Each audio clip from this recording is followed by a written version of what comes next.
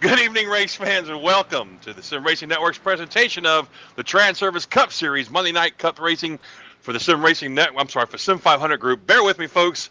I'm a Cajun, and we cook with spices, and apparently I didn't wash my hands out good enough when I finished cooking dinner tonight, and now my eyes feel like I got maced by the cops. So bear with me for a second. Well, sitting beside me in the booth tonight is Don Uncle Runkle Jr. How you doing, Don? Pretty good, John. Don't let him fool you, ladies and gentlemen. He was indeed pepper sprayed prior to the race I'm saying this by law hurts, man. enforcement. Oh my God, this hurts so bad. But that's the risk of cooking with the stuff I cook with down here, man. Anyway, so tonight, folks, we've got one hell of a race for you. If any of you tuned in last night for our Xfinity race, you know there was not a single boring lap in the entire 76 laps we had. Tonight's 94 laps Cup Series, and if any indication can be given from what I ran this week, I ran a couple of open races and the NIS. This is going to be one hell of a race tonight, Don. These cars will, well, I don't know what they're doing for fuel tonight. Aaron, our producer down the van, can probably answer this for me. I don't think they run 100%. I think they run 75%, right, Aaron? Okay, if they run 100, then they're going to look about 25 laps per tank. I stretched it out to 29, but actually ran out of fuel coming in the pits doing that. But, man, I tell you what, Don, I'm looking forward to this Cup race. I am too. I've yet to actually turn any laps, unfortunately, at Talladega in the new package with the A-Class car. But before the race started, I was talking to a whole bunch of drivers up and down TeamSpeak, and it was the same thing all the way up and down the grid. Everybody absolutely loves this new draft package. They say that the cars suck up more fat, quicker to each other, nose to tail. Sometimes so much so that it's kind of unexpected. You don't expect to catch the guy in front of you as Absolutely. quickly.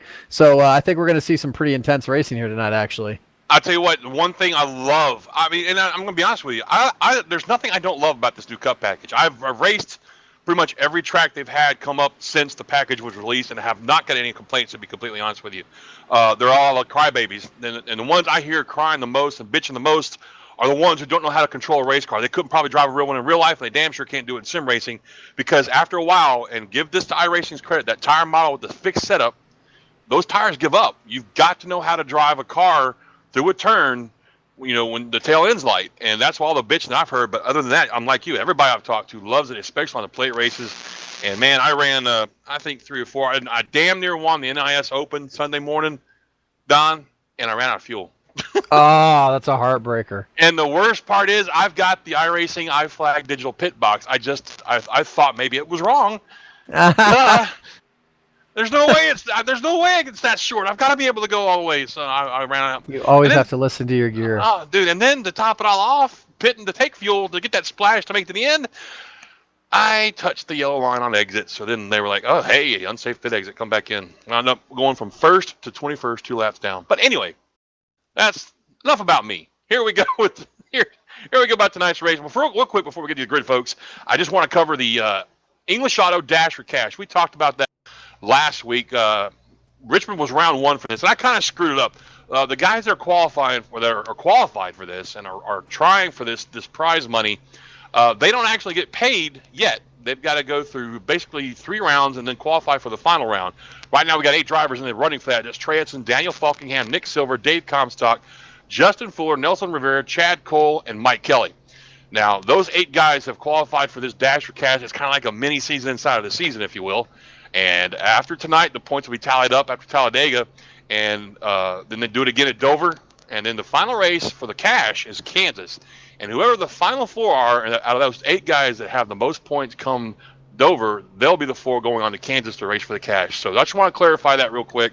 They didn't actually get any cash last week, but it's a pretty nice little setup. I don't have it right in front of me, but I think basically first place gets like $40, second place gets 30, third gets 20, and then fourth gets 10, something like that. It's a pretty nice little chunk of change. It's not bad, and it's like a little mini race inside the race. But here we go, folks. Talladega. Don, man, what can I say? It's Tala-frickin-Dega, man. Yeah, this is going to be intense. Yeah, if you guys haven't, anybody out there that hasn't seen a Talladega race before, you are in for something else. Nose to tail racing at 200 miles an hour, 2 wide most of the time, sometimes 3, sometimes 4 wide. New draft package here, so we have a whole bunch of stuff to talk about as this race goes on tonight. Well, I'll tell you what, I'm looking at this poll winner, and he won last night's poll. So we'll go ahead and give you guys the rundown on the top 10 real quick. Dwayne Vincent gets the poll once again. Dwayne got himself a poll last night in the Xfinity race. Didn't work out too well for him, though. He got caught up in a couple of little issues there on track. Mike Kelly on the outside in row one there in the 2 car. And go ahead, Don. And yeah, in the next row we're gonna have Nick Silver in the number 15, and next to him is gonna be Steve Nerf Gottschalk in the 91. Nerf Buster. Eric Arnold in inside row 3 in the number 31 Chevy Camaro. And Bobby Wetzel is outside that number. And then in number 81, it's going to be Adam Gillen. And then next to him is going to be in the number 41, E.J. O'Rourke. And I tell you what, I'm looking at Sean Castro's beautiful car here. He's got that 52 car inside row 5, 9th spot. Sean Castro in the 52 car, that Moog-sponsored Chevy Camaro. To his outside with the 22 car of Nelson Rivera. That's our top 10, folks. The rest of the grid will scroll by there on the ticker on the screen. But, man, Talladega, I'm loving it. Tell you what, I would love to talk to our poll winner, but Dwayne Vincent doesn't do TeamSpeak, Don. So, and I should fuss at him. I got his home number. He lives not too far from me, about 10 minutes away. I'm gonna text him and say, look, dude, get your ass in TeamSpeak once in a while. Yeah, definitely. And as I'm looking through this, he might be smart not to be on TeamSpeak and be distracted. This could be the place you don't want it. But I'm just kind of looking through the grid here, and I see a lot of fast guys that you kind of expect near the front. I think they chose to kind of be near the back there. Maybe trying to avoid some early crashes there, because we always have the big one here at Talladega. What are you talking about? Wrecks? There's no wrecks at Talladega. Always. I think, isn't Talladega an old Indian word for wreck your race car? Something like that. Junk it up, maybe. I don't know. Something. I'm not sure.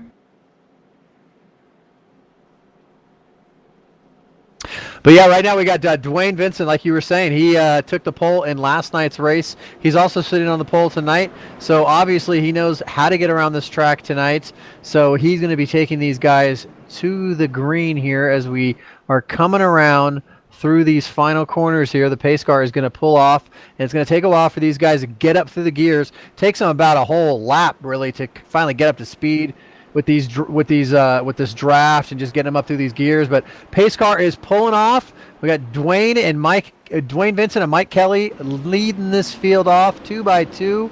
Here we go, just kind of waiting, pacing right now. These guys are just waiting for that green flag, waiting to unleash these horses here. And it's not like Daytona. We got this start-finish line way down here at the other end of the tri-oval. So it's a little unique here for Talladega. And these guys should be going green any second now. There they go. They've taken the green flag right there as they're coming up through the gears. And as we were talking about before, these cars have this new draft package. So it's probably going to be new for some of these guys. Some of these guys were practicing a lot here tonight, trying to get used to it. You can see already guys trying to get down in the middle there.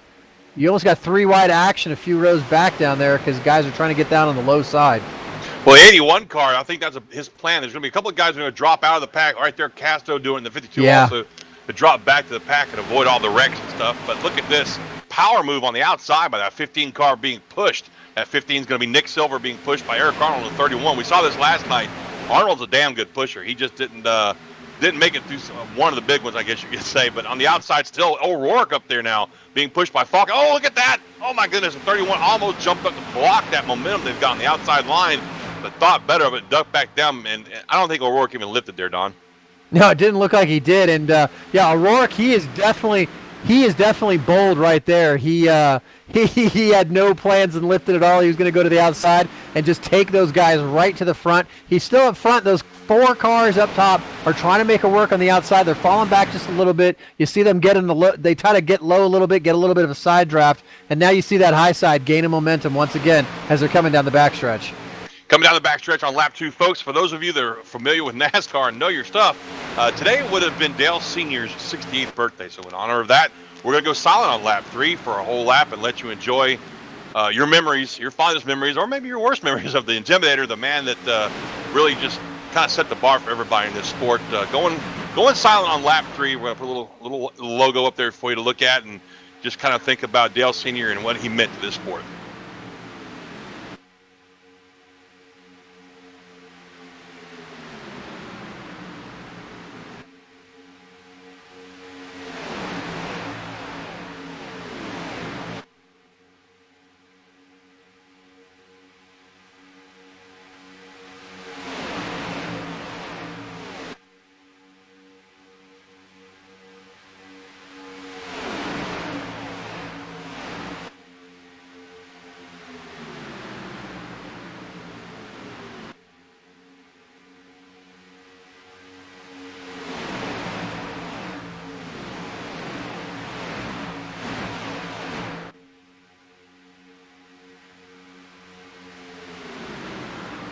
And there you have it, folks. A lap in memory of Dale Earnhardt Sr. Happy birthday, Aaron Head.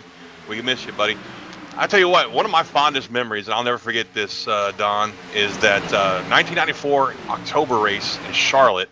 I had won a contest and had free ticket. And look at that, Nick Silver ducks down the inside. I think He he's sure had enough of does. this shuffling around up front. We got 3 wide though.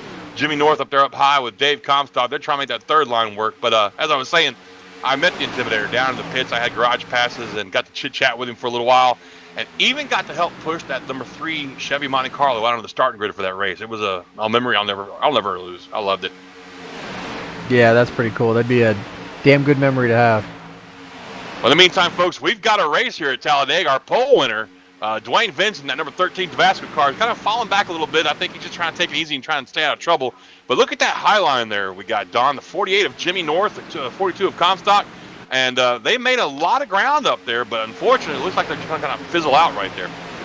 Yeah, they were trying to make that that third line work all the way to the high side, but they just couldn't really get it gathered up. They're going to duck back down. Now we're just 2 by 2 right here, really. And you see, actually, got again some guys going to the outside, the very high line again, trying to make it 3 wide, trying to make a really high line against the wall kind of work. Maybe Jimmy North back there will follow those guys up there and make that line work like he was trying to do before. But so far, E.J. O'Rourke seems to be dominant just on the low side right now. He was dominant last night, too. Pretty much any line he ran, but that high line, that very, very high line, the third outside line there with Chad Coleman, Comstock, Jimmy North, and now Bobby Wetzel, the 9 car, they seem to be making some ground up right there. Well, there's 4 of them up there, and they're in a line as opposed to the guys in the middle. It's just the 3 of them. They got somebody else. I can't see who it is coming up through the middle there. Might be able to get going, but it's just it seems like that outside just can't quite get the momentum all the way to be able to make the run on the outside up there. And now you see this other the second line leaded by Daniel. He jumps right in front of E.J. O'Rourke as soon as he gets there. Leaves who is that? Leaves Nelson Rivera out to dry, so to say, and he looks like he's going to lead this lap.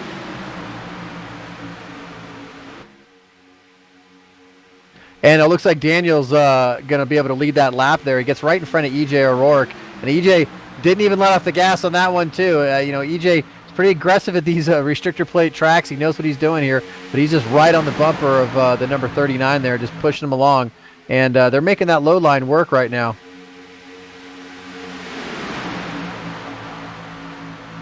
And E.J. O'Rourke, he's just going to the outside now, and he's totally making it work on the outside, the top line. Oh, and E.J. O'Rourke gets a little loose there, gets a bump.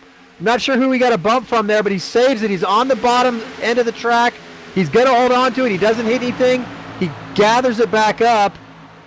That was a great save there. That was a great save by E.J. O'Rourke. I'm not really sure what happened to him right there. He did get into the back end, or somebody got into the back end of him. I'm going to look myself and try to see what happened to him. Looks like maybe Eric Arnold, when they were changing lanes, it looks like maybe EJ was trying to change lanes, and Eric Arnold got into the back of him there. He got a little loose, lifted those wheels up off the ground, and EJ just had a heck of a save there. At 200 some odd miles an hour almost, EJ O'Rourke saves that car. That could have been a big one there. But he'll be back, ladies and gentlemen. I guarantee it. He'll be back for more in this race. That car is not damaged. He's good to go. So he'll be back tonight. Meanwhile, back up front, these guys are 3 wide up there still. Nelson Rivera still leading this field. We got Daniel Falkenham looking to the outside right now. He's been really strong trying to make those passes on the outside, and so far he's been able to make it work. Let's see if he dumps his partner there again like he did last time. Nope, he holds his line for now. Now he goes to the inside, brings that 39 car down to the inside, the preferred line right there in front of Nelson Rivera. And we're still 3 wide up there. You see Jimmy North and who is that else up there? Is that Dave Comstock up there on the high side trying to make it work? They got a lot of momentum. They might be able to make something happen here. They're really, really pushing. He's got a heck of a push there going for Comstock, Jimmy North does. But they just kind of lose momentum as soon as they get into the corner there and can't quite get it done. But you still see up front, Daniel Falkenham still leading this pack. These guys 3 by 3 by 3 all the way back. This is that new draft package we've been talking about. It's these guys seem to be able to put these cars wherever they want. They kind of stick to the track like glue and able to just kind of do their thing right here.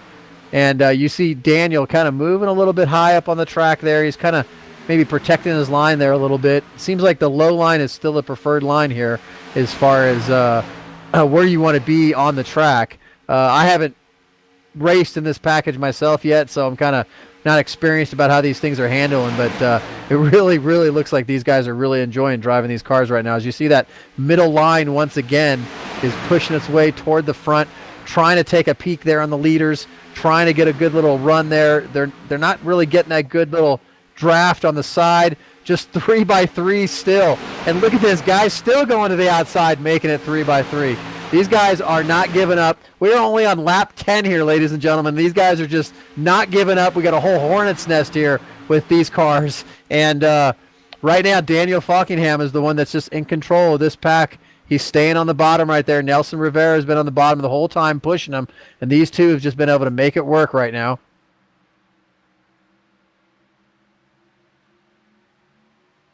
And right now, you can still see we got Eric Arnold right now taking the lead. He's got that good run on the outside. Chad Coleman pushing him, and Eric Arnold's going to go right to the bottom.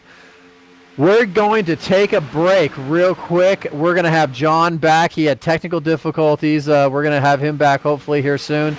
And I'm going to take me a quick break, and we're going to go corner to corner. You guys won't miss any action. This side by side 3x3 action this whole time. We'll be right back, ladies and gentlemen.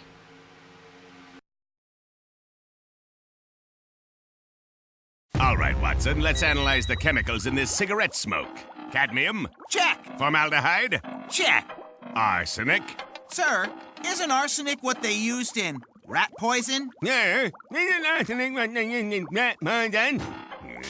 Oh, what was I thinking, sir? It's not like we're gonna smoke them. Neither will the rats.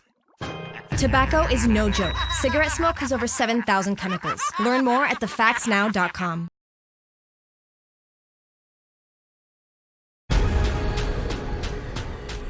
The most realistic online racing sim ever made. This is iRacing. Detailed laser scan tracks, fully dynamic real-world cars, and over 50 series to choose from. 6 online world championships offering over $100,000 in annual prizes.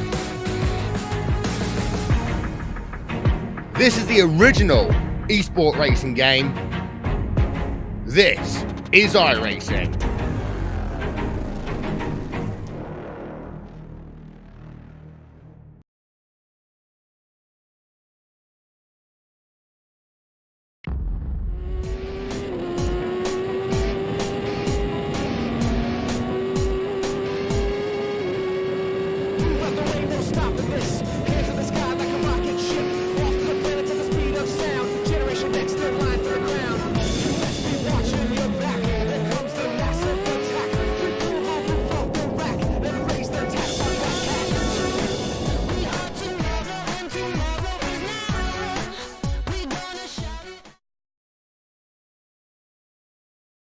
My doctor calls me and says, Chris, I have the results of your scan.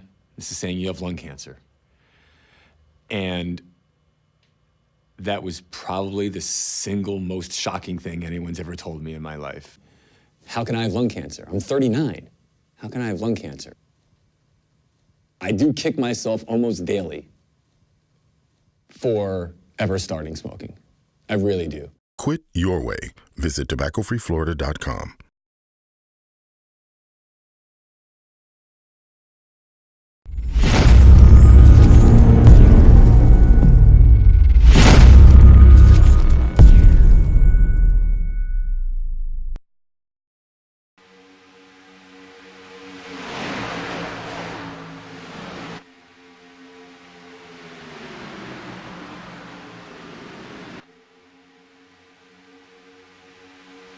And we're back here at Talladega Super Speedway for the Sim500 Cup Transervice Transervice Cup Series. Sorry about that. We've got Eric Arnold still leading it.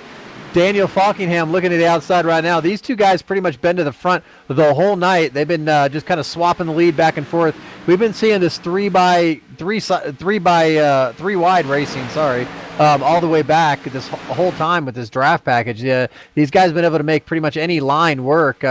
It just seems like it's the norm with this new draft package right now. And Daniel Falkingham, you see him, he goes right back to the lead in that number 39 car. He's going to drop back to the bottom right there in front of Eric Arnold.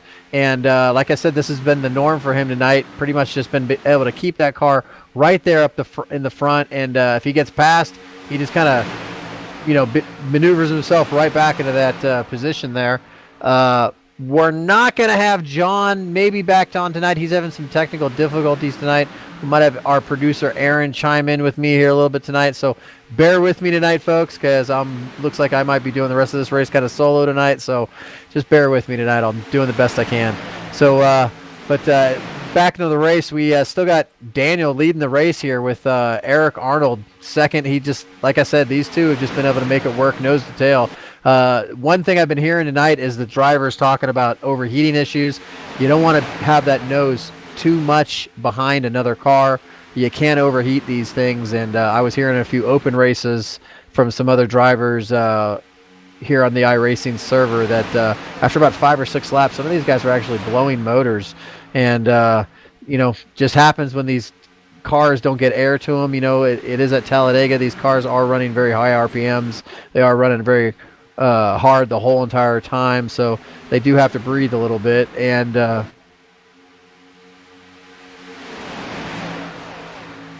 so, these cars do have to breathe a little bit, and these cars do have to get some air to the nose there. And that's just the, nature of the beast with these cars. They have to be able to get some air to them, or they're going to blow up. And if you're tucked up behind the other guy, then they're just not going to get the air that they need. So, and you see right now, Daniel's still in the lead there, getting it done on the inside.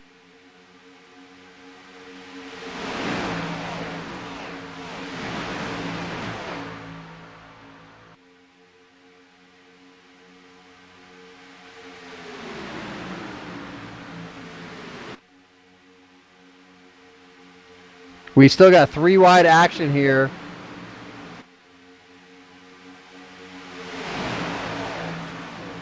We're still 3 wide here with Chad Cole on the outside.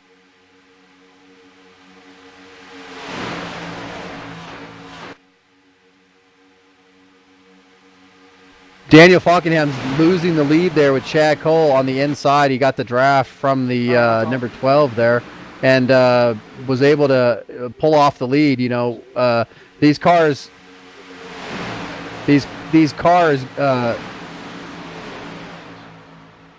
Try to talk to my producer at the same time, ladies and gentlemen. Sorry about that. But Chad Coleman right now got the lead from Daniel Falkingham. Like I said, these guys are still running nose to tail here. It's just basically they're just swapping the lead back and forth is what's going on here.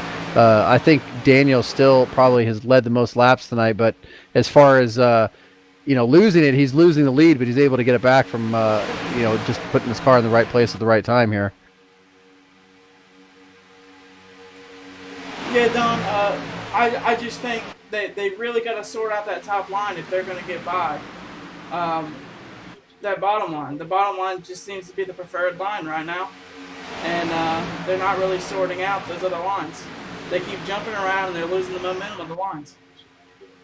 Yeah, I don't know. Those, like that third line, it looks like if they got a little bit more gathered up, they could probably get the momentum to be able to carry it to, get in front of these leaders here, but it just doesn't seem like it's working out for them. And, even with this new draft package, as always with super speedway racing, it's going to be the preferred line on the bottom right there. As you see, Eric Arnold still on the bottom line. He's been a really good, basically pusher tonight, as John was telling me before he went off air, that he's been like that the whole race pretty much, or even last night. He's always been the guy that you really want behind you pushing your car, and right now he's doing a great job of pushing Chad Coleman on the bottom there.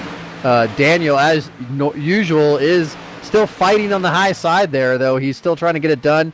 He's got the number 12 of Scott Simley behind him, and Scott's been pushing Daniel to the lead a few times there, and then Daniel just kind of dumps him off and drops to the bottom. So maybe he's not trying to push him quite as much as he used to. He's trying to make sure he can take advantage of that draft also, instead of kind of getting hung out to dry.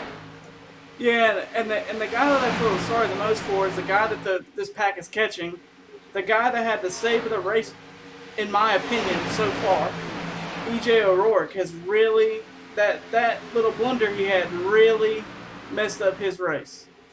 The lead pack's about to catch him and put him a lap down.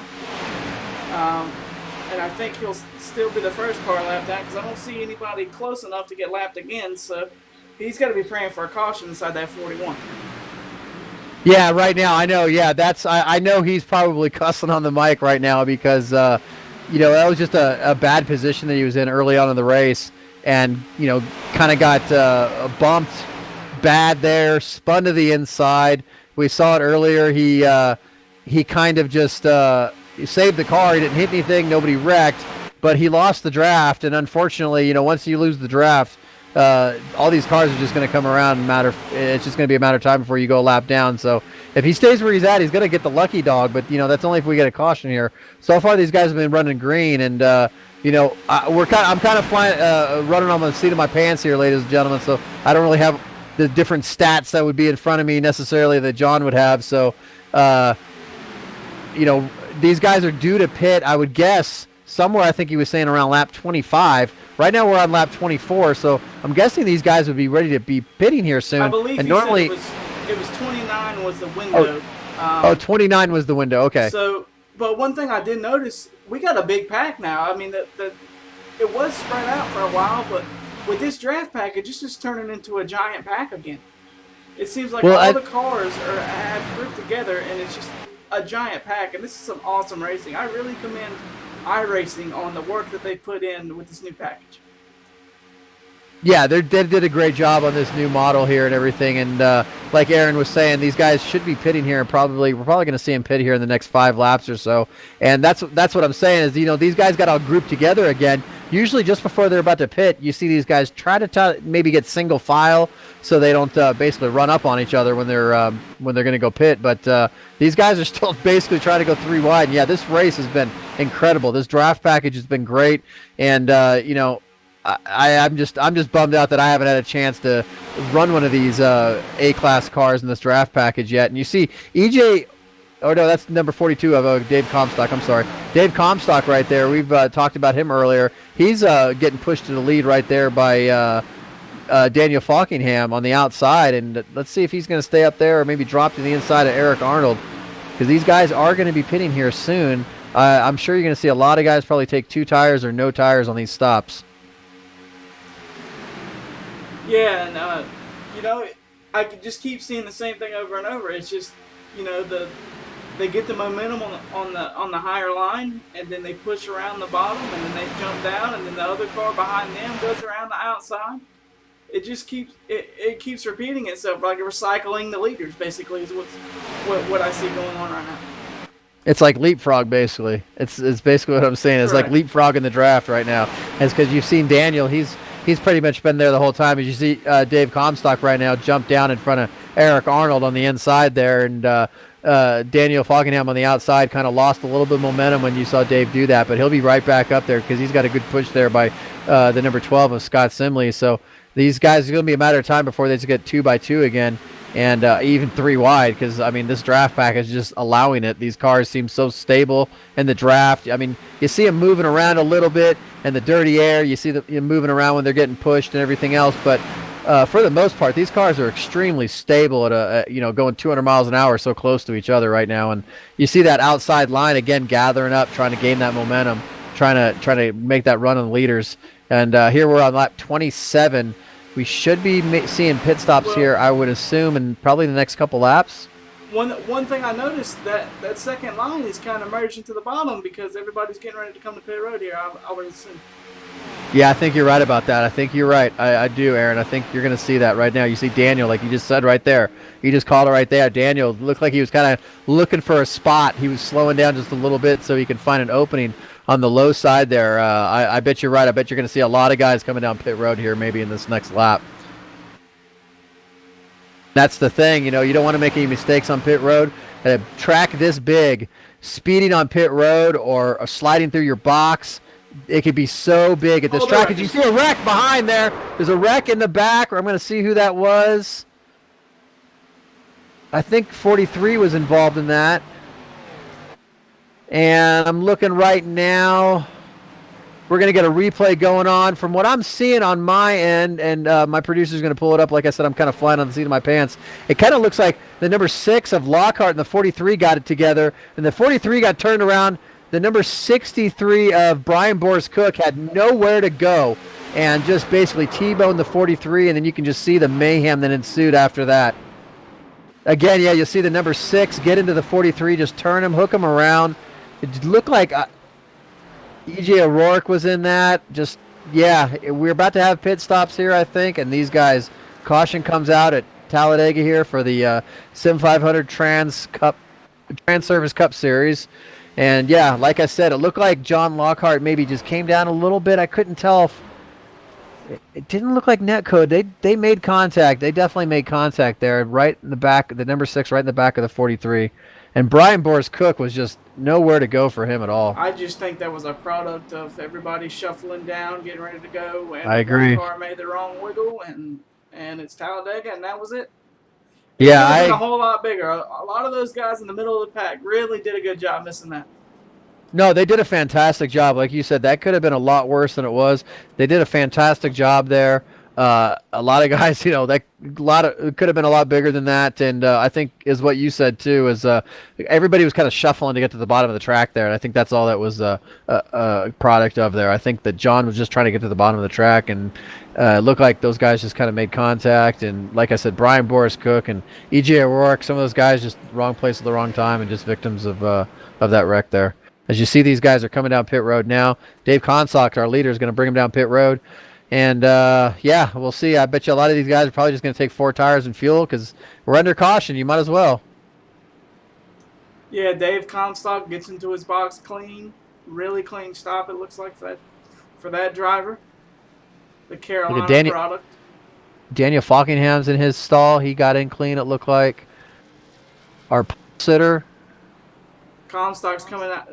Comstock is away, coming down pit road, trying not to speed.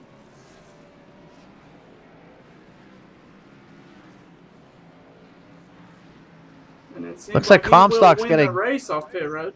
Yeah, I think Comstock's going to get it. It looks like Lockhart came out of pit road before him, but it looks like his motor has expired, so he's probably going to be pulling off here soon. Yeah, I do too. So it'll shuffle around as soon as we see these guys. As soon as these guys come back around, it'll shuffle around and we'll get the positions all sorted out for you. We're going to take a break here as these guys are under caution here for our first caution? Yeah, first caution tonight. And we're going to see these guys get it all sorted out, and we're going to have a rundown for you after this commercial break. We'll be right back.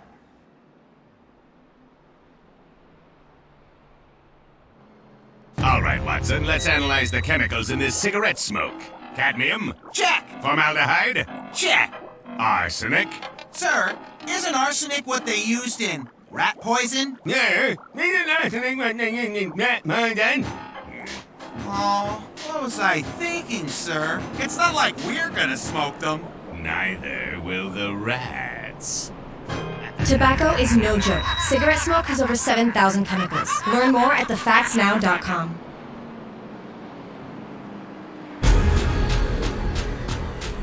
The most realistic online racing sim ever made. This is iRacing. Detailed laser scan tracks, fully dynamic real world cars, and over 50 series to choose from. 6 online world championships offering over $100,000 in annual prizes. This is the original esport racing game. This is iRacing.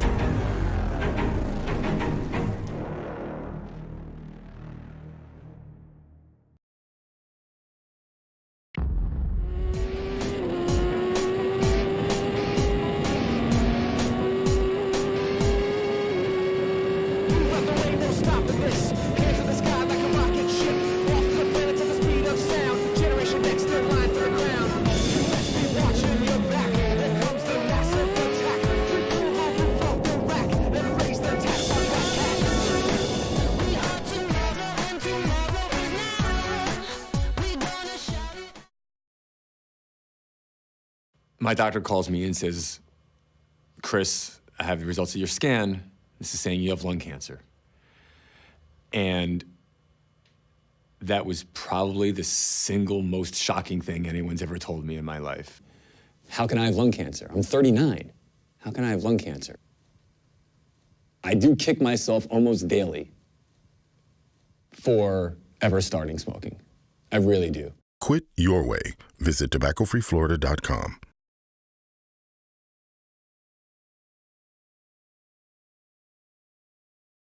All right, Watson, let's analyze the chemicals in this cigarette smoke. Cadmium? Check. Formaldehyde? Check. Arsenic? Sir, isn't arsenic what they used in rat poison? Yeah, isn't arsenic what they used in rat poison? Oh, what was I thinking, sir? It's not like we're gonna smoke them. Neither will the rats. Tobacco is no joke. Cigarette smoke has over 7,000 chemicals. Learn more at thefactsnow.com.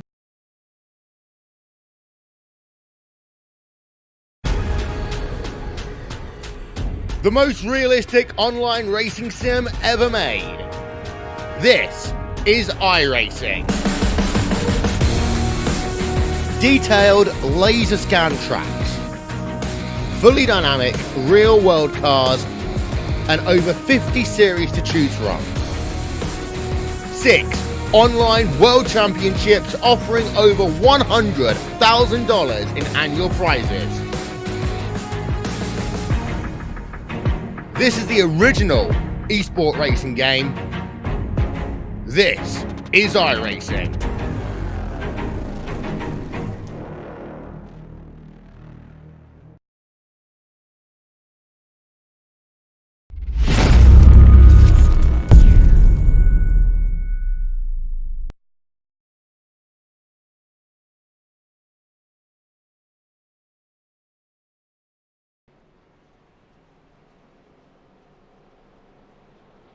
And we're back right now at for the Sim500 Trans Series Cup service race here, Transervice Cup Series race. Sorry about that, ladies and gentlemen. Here at Talladega Super Speedway, Jose Gonzalez is our new leader here, followed by Chris Caboo, Dave Comstock, Aaron Arnold, and Daniel Falkingham is our top 5. And Jose, this is new for him. He hasn't been in the lead tonight, so not sure if he took 2 tires or 4 tires on that stop. I wasn't able to really check, so I'm not really sure how he got to the lead there. It looked like he was able to just get by on pit road somehow and be able to make it up. But Dave Comstock's on the low side behind him, and we've been able to see him get up front and get to the lead tonight. So we'll have to see if these guys are how they're going to battle it out here. Daniel Falkingham, he's been in the lead a whole bunch of times tonight. He's actually dropped back and kind of leapfrogged the lead tonight. So we'll see if he'll be able to put that 39 car back in a position to be able to jump up in that lead. The lights on the pace car are off as they are coming through turn 3 here. I heard there was a race tonight. Did I miss anything? Yeah, you missed a little bit there. Oh, yeah, looks like John's back here tonight as my anxiety attack slowly fades away. Anxiety? What do you got being anxious about? Man, you're natural at this. How you doing, folks? Sorry about the technical difficulty I'm experiencing tonight. I've got an old computer, and sometimes she's a little stubborn. But here we go, Don. I'm glad to be back. Hopefully we got everything fixed up here, and I'm happy to see old Jose Gonzalez up front. Too bad it took Chad Cole's face off the top of his car there, though. Here we go, folks. They're stacked up 2x2 pace cars, ducking off. But like Don said, I'm sure several laps ago, I've been gone for, 20 laps now. Our start-finish line's way down at the end of the straightaway towards turn 1. Kind of like, unlike Daytona, really, where Daytona's right smack in the middle of the tribal. Well, here we go, folks. Well, we got a nice little top 10 looking here. Look at Boris Cook up there in the top 10. I hope his luck holds out. He's usually had bad luck there, Don. But there we go. Green flag is out. Jose's off to a pretty clean start. We got a clean start all the way back. He's got Comstock pushing down there on the inside. Behind him is Falkham on the outside. Chris Cabot in that 5 car. Bless you. That's my wife just blowing her head off with a sneeze there. on the outside line seems to still be struggling. I mean, I would have figured all the time I was gone, they would have been okay there. But, hey, Don, on your screen, is that 63 car missing a whole complete front end? Which car? The 63 car. 63 car. On That's my Mr. screen, he's Brian. got no Yeah, front yeah, end. yeah. Of course. Yeah. That was Brian Boris, right? Yeah. Yeah. He was part of that wreck, the Oh, okay. caution that we had. He was part of that I mean, the wreck early guy's on. in 10th place and he's got no front Oh end and he's yeah. passing He's somebody up. Yeah. I mean, he's still getting it done up there. I mean, he's got somebody behind him pushing him, so I'm sure that helps a lot. I'm not sure if he didn't have a car behind him. I'm not exactly sure how good that car would be. It looked like Jimmy North's behind him right there. So, but I'm not sure if he's holding Jimmy up there or Is not. he aware that he doesn't have a front end? I don't know, but Jimmy is sure aware of it because you see Jimmy just dumped him out there and said, Yeah, he did. Yeah, see, and you can see how fast he falls back there. But yeah, he was a victim of in the wrong place, wrong time of our first yellow there. Well, that's unfortunate. That doesn't seem his luck has changed a whole lot. Boris always seems to find himself caught with somebody else's wreck there. But boy, I tell you what, we got some beating and banging going on up front here. I just saw the 31 give a huge nudge to the 5 car right there. Wow, look at that run that Boris gets on the outside, taking that car up top. I don't think his crew chief told him that they ripped the entire front end off on the repairs in the pit stop there. Shh, don't tell him, and maybe he just won't. Yeah, maybe he won't know, and we'll be okay. But you can see Comstock on the outside as we go back up front there. He's trying to pass Jose on the outside. And, we've seen a lot of passes here tonight on the outside, and we've seen guys being able to make that middle outside line, I guess if you want to call it, work. Seeing that we've had a lot of 3 wide racing here tonight. But as you see right there, Comstock's getting a heck of a push by the number 5 of Chris Caboo, and he can probably make that pass to the, and get in front of the leader. We've seen it a lot tonight. It just needs to kind of get a little bit better of a push there going into the corner. We saw that a lot last night also. You really have to commit to the line you're going to run, be it the outside line, the middle line, or that low line there. The low line, not so much. I mean, for whatever reason, the shortest way from A to B is a straight line, I guess. But especially that third line up, you've really got to have 4 or 5 guys committed to you to make that high line work. But look at this on the outside there, Comstock in that 42. He's got Gabo behind him in the 5 car, that 31 back there. Eric Arnold, he's still in this fight, and I'm seriously flabbergasted at Brian Boris Cook and that 60 still up there in this fight. He only lost 1 spot in the last 5 laps. No nose. That's just that's impressive. Yeah, it is impressive. He keeps trying to make that third line work on the outside. He ain't gonna there. do it with no nose though. No, he's definitely not going to. Yeah, he's definitely not have to worry about an overheating problem. But I'll tell you right now, the guy that I would want behind me pushing me tonight would be that number 31 of Eric Arnold, because he's been incredible with just pushing guys. He was pushing the number 39 earlier, and he pushed him to the lead a few times. Then I think he pushed Comstock to the lead a couple times, and he just if you're in front of his car, you're eventually going to get to the lead. He just seems to be the guy that you want to be in front of pushing you around this track. Yeah, he was really great last night as well. It's so impressive, that young man, his ability, and not just push, but boy, he tell you what, once he got out front, he was able to really control the line that he was running in and pull him along. That Comstock speed of pulling along and getting out front. He got out front for a little while there, but did not duck down and ditch Chris Cabot. That's some loyalty that you don't see very often. No, we've actually seen that tonight a lot of times. Well, not that, but the opposite of that. We've seen a lot of guys get pushed to the front and then say, nope, I'm going back down, and they just kind of dump that guy in the outside once they get past the leader there. We've seen that quite a bit tonight, but like you said right there, yeah, Comstock, I don't know, he's just always seems like to me he's one of those old school gentleman racers. So, he seems like one of those kind of guys that he's like, yeah, if you're going to push me to the front, yeah, I'm going to make sure you're kind of clear of that leader too, so maybe you can get back down here too, and we can both take advantage of this. He doesn't, then again, he might get that run and jump down to the inside and make me eat my words, so. Yeah, you see Chad Coleman out there on the third line. Jimmy North looks like he's going to try to make it. And then, like I just said, Dave Comstock's going to do exactly what I just said. He's going to jump to the inside, and he is just going to take the lead. I think we lost John again, so we'll see if we'll get him back. But then Comstock's going to get caught out in the middle there as the number 5 of Chris Caboo and Eric Arnold, as I was talking about before, make that run on the inside there. But then Comstock's fighting back there with Chad Coleman, pushing him on the inside. They're 3 wide for the lead right here as Dave Comstock's got the preferred, well, not the preferred line, but he's got the nose right now and the middle right now. The high line is kind of fading back a little bit. They're running out of momentum. It's only 2 cars up there. It's kind of hard to push when you just got those 2 cars.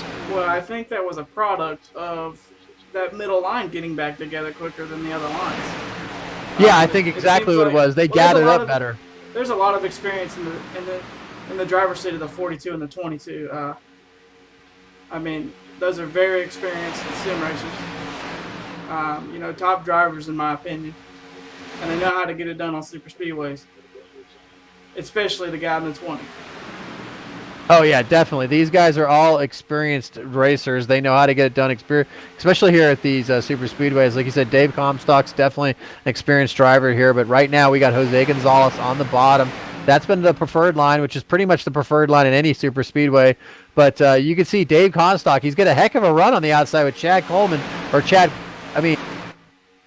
Coleman, pushing him there on the outside, and Jimmy North right behind him. Jimmy North's been he was trying to make that third line work for a while, but now he's been able to get himself up there in a position to maybe able to get himself in the lead as you see that high line kind of lose the momentum going through the corner. You see that gap between the 39 and the 12, and that's really going to slow the momentum of that bottom line down a ton, as the top line seems to have the momentum right now. Just like you were saying right there, you called it right there, Dave Combs, but he didn't look like he had Coleman right on his bumper enough to be able to carry that momentum to be able to get past the leaders. So it's just basically a back and forth right now. It's just a back and forth with who gets the momentum and who basically gets the run on the outside there. As you can see, these guys are getting another run here, huge run. Dave Comstock and Chad Coleman with a gigantic run there. Comstock's going to clear the leaders. He's going to come down. He sure is. He comes down right there. He kind of hangs Coleman out to dry, but that's going to be our new leader if he can hang on to it right there, which I don't see why he couldn't if he stays in the low line there, unless Coleman gets a good run with Jimmy North pushing him. He might get the run. He might be able to lead this lap here. Remember, our start-finish line is not till further down in the tri-oval, and it looks like Coleman might get credited with that. Yep, Coleman's going to get credited with that lap right there. I think, the 20 and the 42 are teammates. So I think Coleman said, I'm going to push you by. I'm going to blow up if you don't get down. I think that was a product of little teammate strategy there. As you see Jose, what's going on with Jose? Pulled out a line there, got a little scared. The pride of Puerto Rico, Jose Gonzalez. Meatball, they call him. I don't know if he, I don't know. It didn't look like he got bumped or anything. It kind of almost like he did that on purpose. I'm not really sure why he would do that, though. Why would he do that on purpose? I mean, we just pitted, but I don't know. But Jose is all the way back in the field now. I mean, he's not going to really lose a draft because there's a big pack behind him, too. So he'll probably be back up here. But as of right now, he's lost this lead pack. But back up to the lead here, we see the number 34 of Sean Bounty getting pushed by the number 88 of Nick Solman right there, and Bounty jumps down to the bottom line as soon as he gets past the leader there. Chad Coleman gives him a big bump there coming out of the corner, and looks like right now our new leader is going to be Sean Bounty if he can get to the start-finish line and get credited with this lap. And right now he's on the bottom side. He's got no one really fighting on the high side, so he'll probably get this lap right here as our new leader is going to be the number 34, Sean Bounty. And Sean Bounty, he's a really good restrictor plate racer as well. He's really got these restrictor plates figured out. And this new package, man, the racing is just amazing. I'll commend iRacing on this build, man. It really is a joy to watch and broadcast. Oh yeah, definitely. And then these guys here at Sim500, I mean, these guys are just class drivers here. I mean, we've had one yellow so far. You can see right there. Dave Comstock had a run going there, and Chad Coleman looked like he saw that run coming, jumped to the outside so he can get a push from Comstock so he can maintain that lead or get the lead there. And he's going to be able to come down with Comstock there, and both of them are going to be able to get by the 34 Bounty there, with the 88 kind of just left high and dry there on the outside. As it looks like our new leader is now going to be Chad Coleman. As we were saying before, it looks like these guys are really leapfrogging the lead back and forth tonight. They're pretty much, if you get a run on the outside, you can definitely get past that guy on the low side, which, it's going to be real interesting how this race is going to end, knowing that the guys on the high side can get that run going on the outside and be able to pass that leader like that. If you time it right, I mean, guy on the high side or even on the very outside against the wall can, maybe you have a steal win from somebody that thought they were going to dominate in the low end. Yeah, and I want to just throw this out there, a little sponsor plug. It's very fitting to see the Transervice car leading the Transervice race at Talladega. Yeah, that just seems kind of fitting right here as you see that. Yeah, I didn't mention that Chad Coleman with the Transervice logo on the side of that car. As you see the 88 here with Eric Arnold, as we were talking about before, the guy that's really the guy that you want to be in, the guy that you want pushing you, because it always seems like you're going to go into the lead eventually, as it looks like Chad Coleman got credit with that lap right there, but the 88 of Nick, he's right there on the top getting pushed by Eric Arnold. So he has a good chance of getting past that leader there, because Eric Arnold has been doing a great job of pushing people to lead tonight. As you see right there, they're getting a heck of a run on the outside there.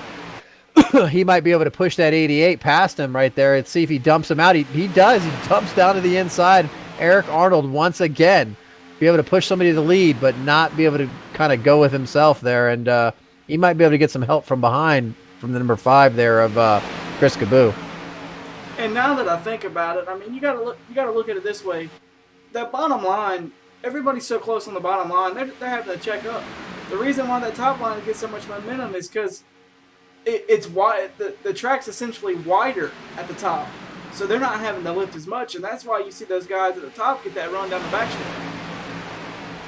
Yeah, they just can't keep the momentum going is what it is, basically, like you were saying. And, right here we see Nick's finally be able to lead a lap there. He's able to get in front of Chad Coleman there as we have a change to the lead. And Eric Arnold still trying to get up front there. He's working on that high side. He's got the number 5 of Chris Caboo trying to push him on the outside there. He can't quite get the momentum there to be able to make the pass. And it seems like these guys calmed down a little bit. We see these guys before, they were really 3-wide racing for a whole bunch of laps earlier, and these guys are really battling it out. Now it seems more, it seems like almost old restrictor plate Talladega racing, where the bottom line is kind of single file, and you got just a handful of cars on the high side. As Eric Arnold finally able to get up there, make use of that draft, make use of that push by Chris Caboo, and be able to get in front of the 88 there and get the lead.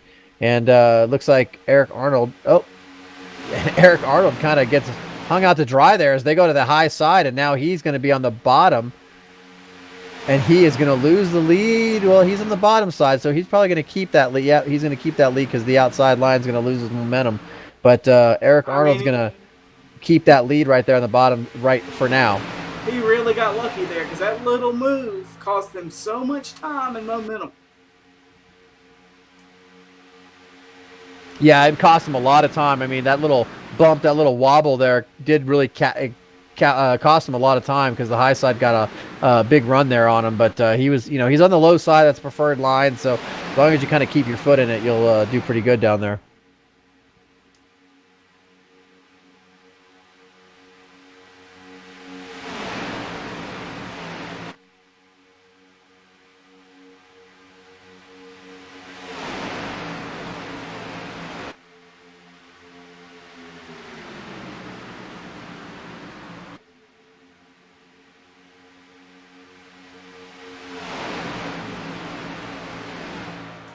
Yeah, they just keep basically changing the lead back and forth. They just keep bouncing back and forth.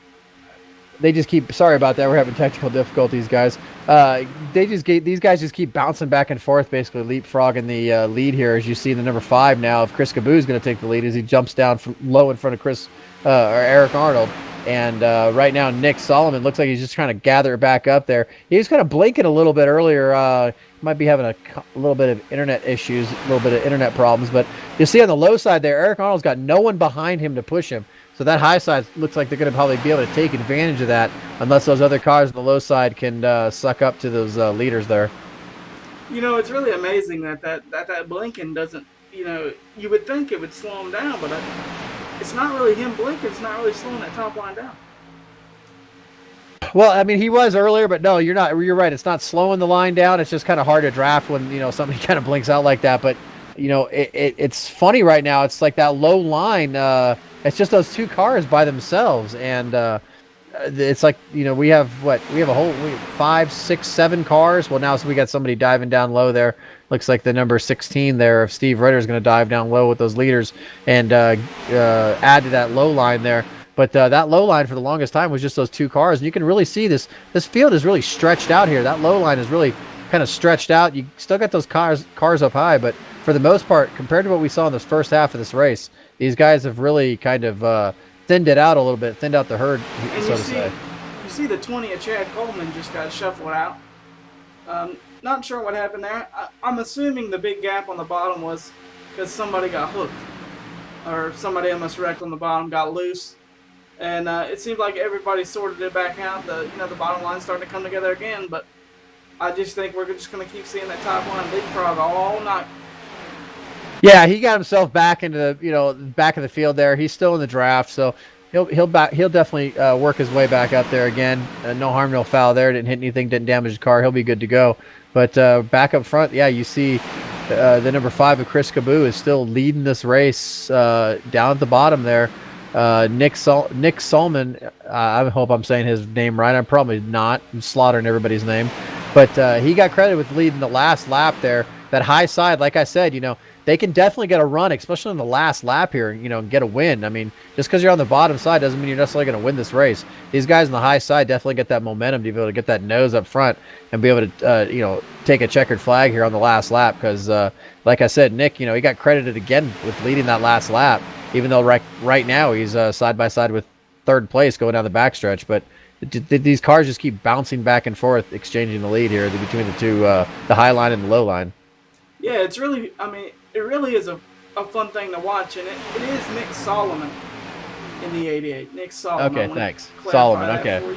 Thanks, I appreciate that. But I really want to see this 5 win this race, I gotta say. Yeah, I'd like to see that. Chris Caboo, yeah. He doesn't really get a lot of TV time. It's really good to see. And that's the thing about restrictor plates. Everybody has a chance. As long as you know how to keep a steady wheel, you have a chance to win at Talladega or Daytona. Oh, definitely. We joke about it all the time about some of my only wins that I've gotten in iRacing or restrictor plate races. It's like pretty much anybody can win in one of these restrictor plate races. Everybody's got the same car. You just got to put your car in the right place at the right time.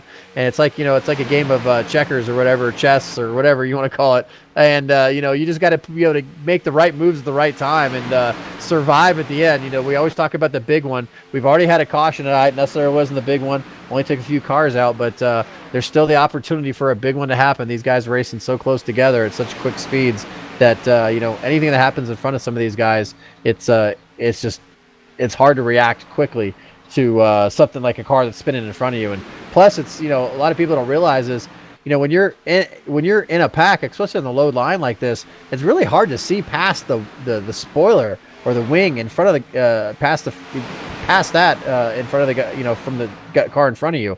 You really can't see anything. You're pretty much just kind of following that guy's rear bumper. So you'll see these guys kind of weave back and forth, and that's mostly just because they're just kind of following that guy in front of them and going where he's going. They can't really see past that guy, so it's kind of hard to set your car sometimes if you and put your car in the right place if there's somebody spinning in front of you, especially if all you see is smoke. And at these speeds, you never know what you might run into on the other end of that smoke. Yeah, and that's the problem. In real life, you have a real spotter to tell you what's going on in front of the car you're pushing. A few of these drivers that race in this series have actual spotters, but a lot of these guys rely on a computer-generated spotter, and a lot of the times they don't make a lot of sense.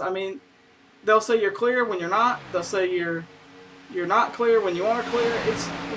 It's a whole lot better to have a real spotter, especially at Talladega or Daytona. Well, sometimes they're just not as precise. Especially, it's hard for the iRacing spotter to be precise sometimes when they're when you got this close a racing or whatever. There's been many times that the spotter will tell you that you're clear and you're not necessarily clear. So, but then again, you can't always rely on the spotter here at these restrictor plate races. Unless you know for sure that you can change lanes and go to the high side or go to the low side, you usually don't do it.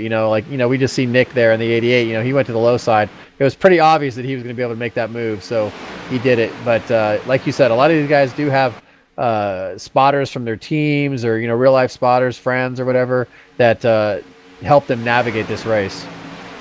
Right, and as you see, we're getting close to that 29 lap pit window again, and everything's pretty much starting to single out. This is about the time that caution came out the first time. There's not a lot of cars in the top line. Everybody's single file trying to get that prime spot to get to pit road. Yeah, and you're right on that. You're right. We are looking at that pit window where these guys are going to have to pit again for fuel. You're going to see some of these guys. If we stay green, you're going to see some guys maybe take 2 tires or no tires to be able to gain positions here. And the important thing is to go in with other cars and come off pit road with other cars.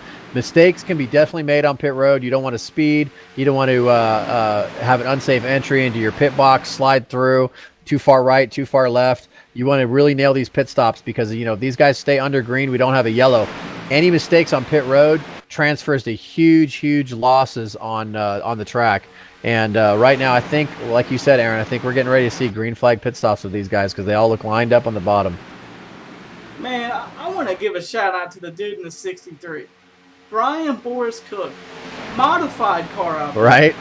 Still getting it done. I mean, they're side by side with the leaders. And there's 3 cars up there. It just goes to show you the momentum that the cars get on that second line compared to the bottom. Yeah, that is crazy. That car has... yeah, I'm looking at it right now, and I don't mean to laugh, ladies and gentlemen. It's just... the front of this car is just really gone. He was unfortunately caught up in that first caution, was just a victim of being in the wrong place at the wrong time, went into the pits, got that thing fixed. He's definitely not going to... I mean, he shouldn't have any kind of overheating problem tonight because there's no front end of that car. So, but he's right up there. Right now, last lap, he was shown in 7th place. He started this race in 33rd.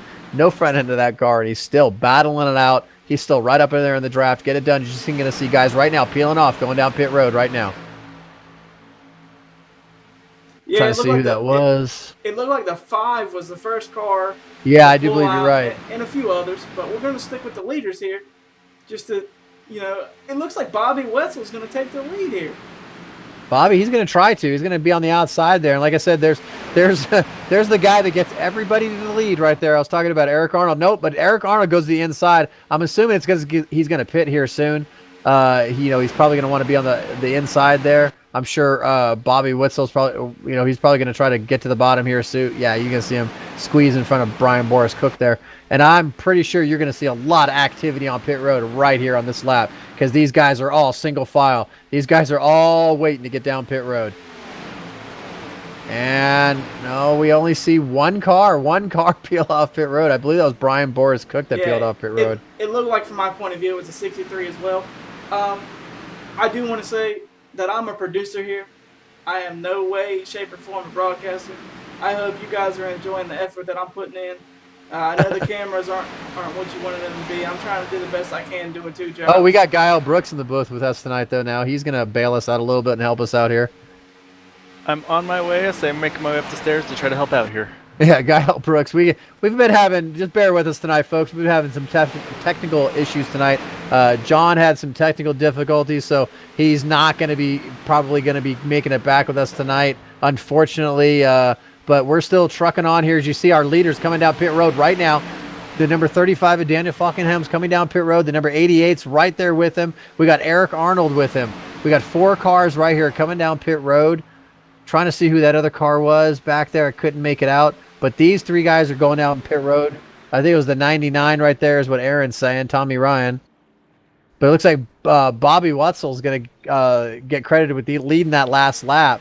But right now, Chad Coleman is powering by him on the high side. I'm sure you're going to see these guys line back up single file again. They're going to want to try to get back single file because these guys are going to be having to make pit stops here soon.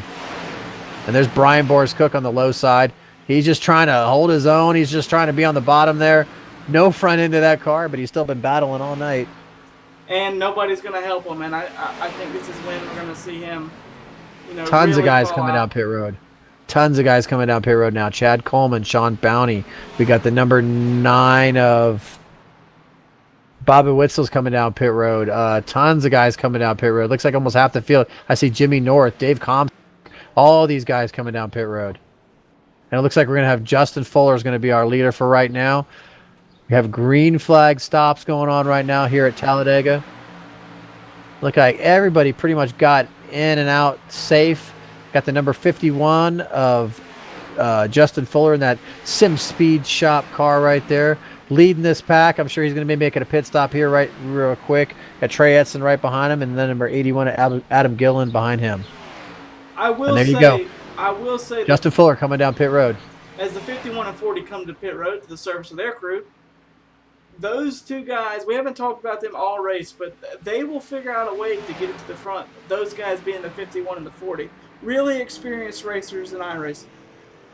Oh, definitely. They'll always figure out a way to get their car to the front. They always figure out a way to get there at the end, and that's going to be no different tonight.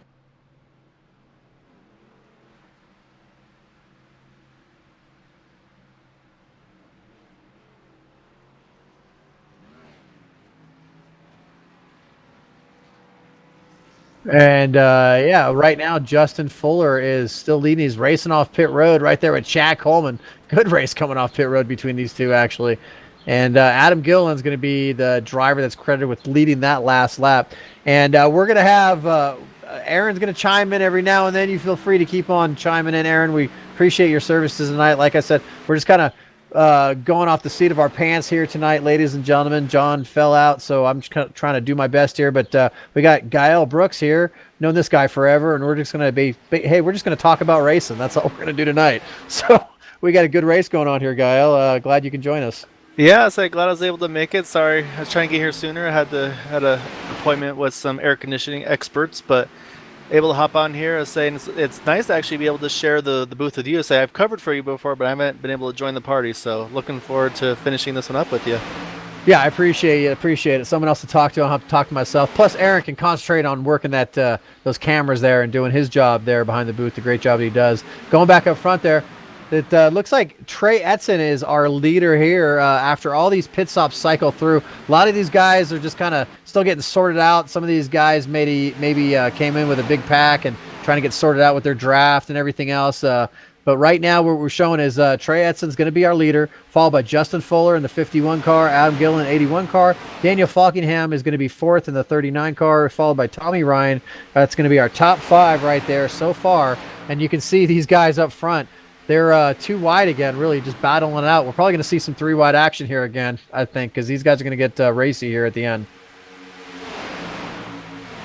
Yeah, 80... so they were pretty racy last night in the Xfinity Series and the Kick-Ass Beef Jerky, and yeah, it was hard for them to push in the turns. I don't know how they're comparing tonight with the Cup cars.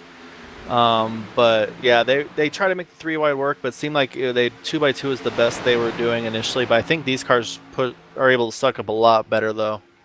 Yeah, that's what I was talking to a lot of drivers before the race, and a lot of these guys are just, nobody had anything bad to say about this draft package. Everybody absolutely adored this draft package. As you see right now, once again, the 39 of Daniel Falkingham is going to go up to the lead, and he's going to drop down to the bottom there as he gets pushed up front, and he's going to slip right on in front of, who is that? The number 81 of Adam Gillen on the bottom there. And yeah, Daniel's just, he's the exact same thing he's been all night. He's been a contender. He's been running up front, and he likes that bottom line. Every now and then he gets somebody to get in front of him, but he's able to get himself right back up front again. As you see, Comstock's pushing the 88 of Nick Solomon on the high side. And basically, it's like I was saying, these drivers really like this draft package. They're able to, a lot of these guys were saying they're able to put the car pretty much wherever they want. The cars are really stable. It's a lot easier for them to push each other. So I think that's why you're seeing a lot of this leapfrogging with the lead here up front. Yeah, so you definitely need someone to help you with the push. So it looks like you got about 15 cars in this main group, I was noticing, with Scott Sinley kind of at the tail of it. And yeah, say with, what do we got here? 30, a little less than 30 to go. So they're going to have to make another pit stop, so that's going to be really interesting too, because I mean, they got about, I think they're getting about 27 to 29 laps on a run here. So I think these guys are going to have to make, if they go green, they're going to have to make one more pit stop. So it should be interesting to see how it goes there. I mean, we've only had one caution tonight, so far it's been pretty clean racing. Yeah.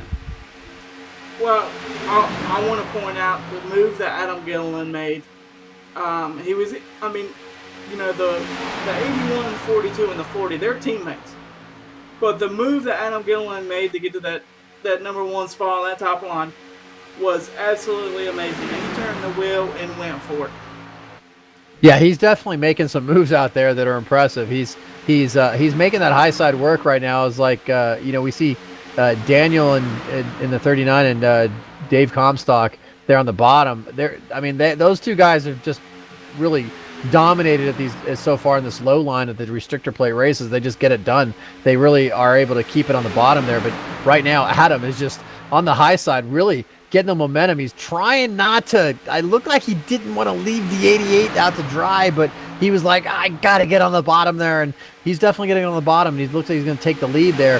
The high line definitely gets some momentum once again, though. Like I said, this leapfrogging in the lead. Jimmy Norris giving a heck of a push to the 88 there of Nick Solomon. Yeah, Jimmy had a really strong run last night as well, until he unfortunately had a little bit of a hiccup on coming towards the end of the race. But I say he was really strong last night, so I'm not surprised to see him running up front here as well. Yeah, definitely. And we see Eric Arnold there too behind Jimmy North. And like I said, me and John were talking about it before. He's the guy. I mean, he's been like so good with pushing guys. It seems like obviously he's been able to get up to the front and lead some laps too, but he's been the guy that's really been able to really push people to the front. It just seems like anybody that's able to be in front of him can just really is going to get up to the lead, because he's been the guy to get him there. But as of right now, these guys are just still running too wide. Like you said, it's like a 15 pack here. We got another group further in the back. Those guys are running side by side back there. They're a good distance away. I'm trying to figure out how far they are. They're about 6 seconds back behind this pack here. About 6, 7. Yeah, about 6 seconds back from Simley. It looks like is what I'm saying. Yeah. So that's just the nature of these restrictor plate races. When you get green flag pit stops, the field usually tends to spread out and kind of group up into packs, and you'll see these guys kind of get into their own little groups of 10 to 15 here or whatever. And right now we'll be able to see Adam. He's still leading this race right now. Any draft, any package we have here on iRacing, the low line is always going to be the preferred line. But then again, you can make passes on the high side, and definitely on the last lap. That's something to remember, is all that momentum you can get on the high side and be able to make sure that your car is the first one to cross that line there on the last lap. Yeah, so I looked a little further back. I noticed I'm watching Chad Cole in 22nd place. He's leading that third group. They're about a second and a half off of the tail of that one, and they've got a pretty big group going right now. So I think because the second pack has about 6 cars, this one I think looks like maybe 10 to a dozen. So I think if they can really get packed up together and start working well, they could get a really big group in that second one to see if they can start trying to cut that gap down to the lead pack. Yeah, they're trying. I mean, this lead pack's not, they're not too racy. They're pretty much single file. Like I said, right now you just got 2 guys on the outside. Just it looks like just Jimmy North and Nick Solomon in the 88, and they're just the only 2 guys on the outside. Everybody else is pretty much single file.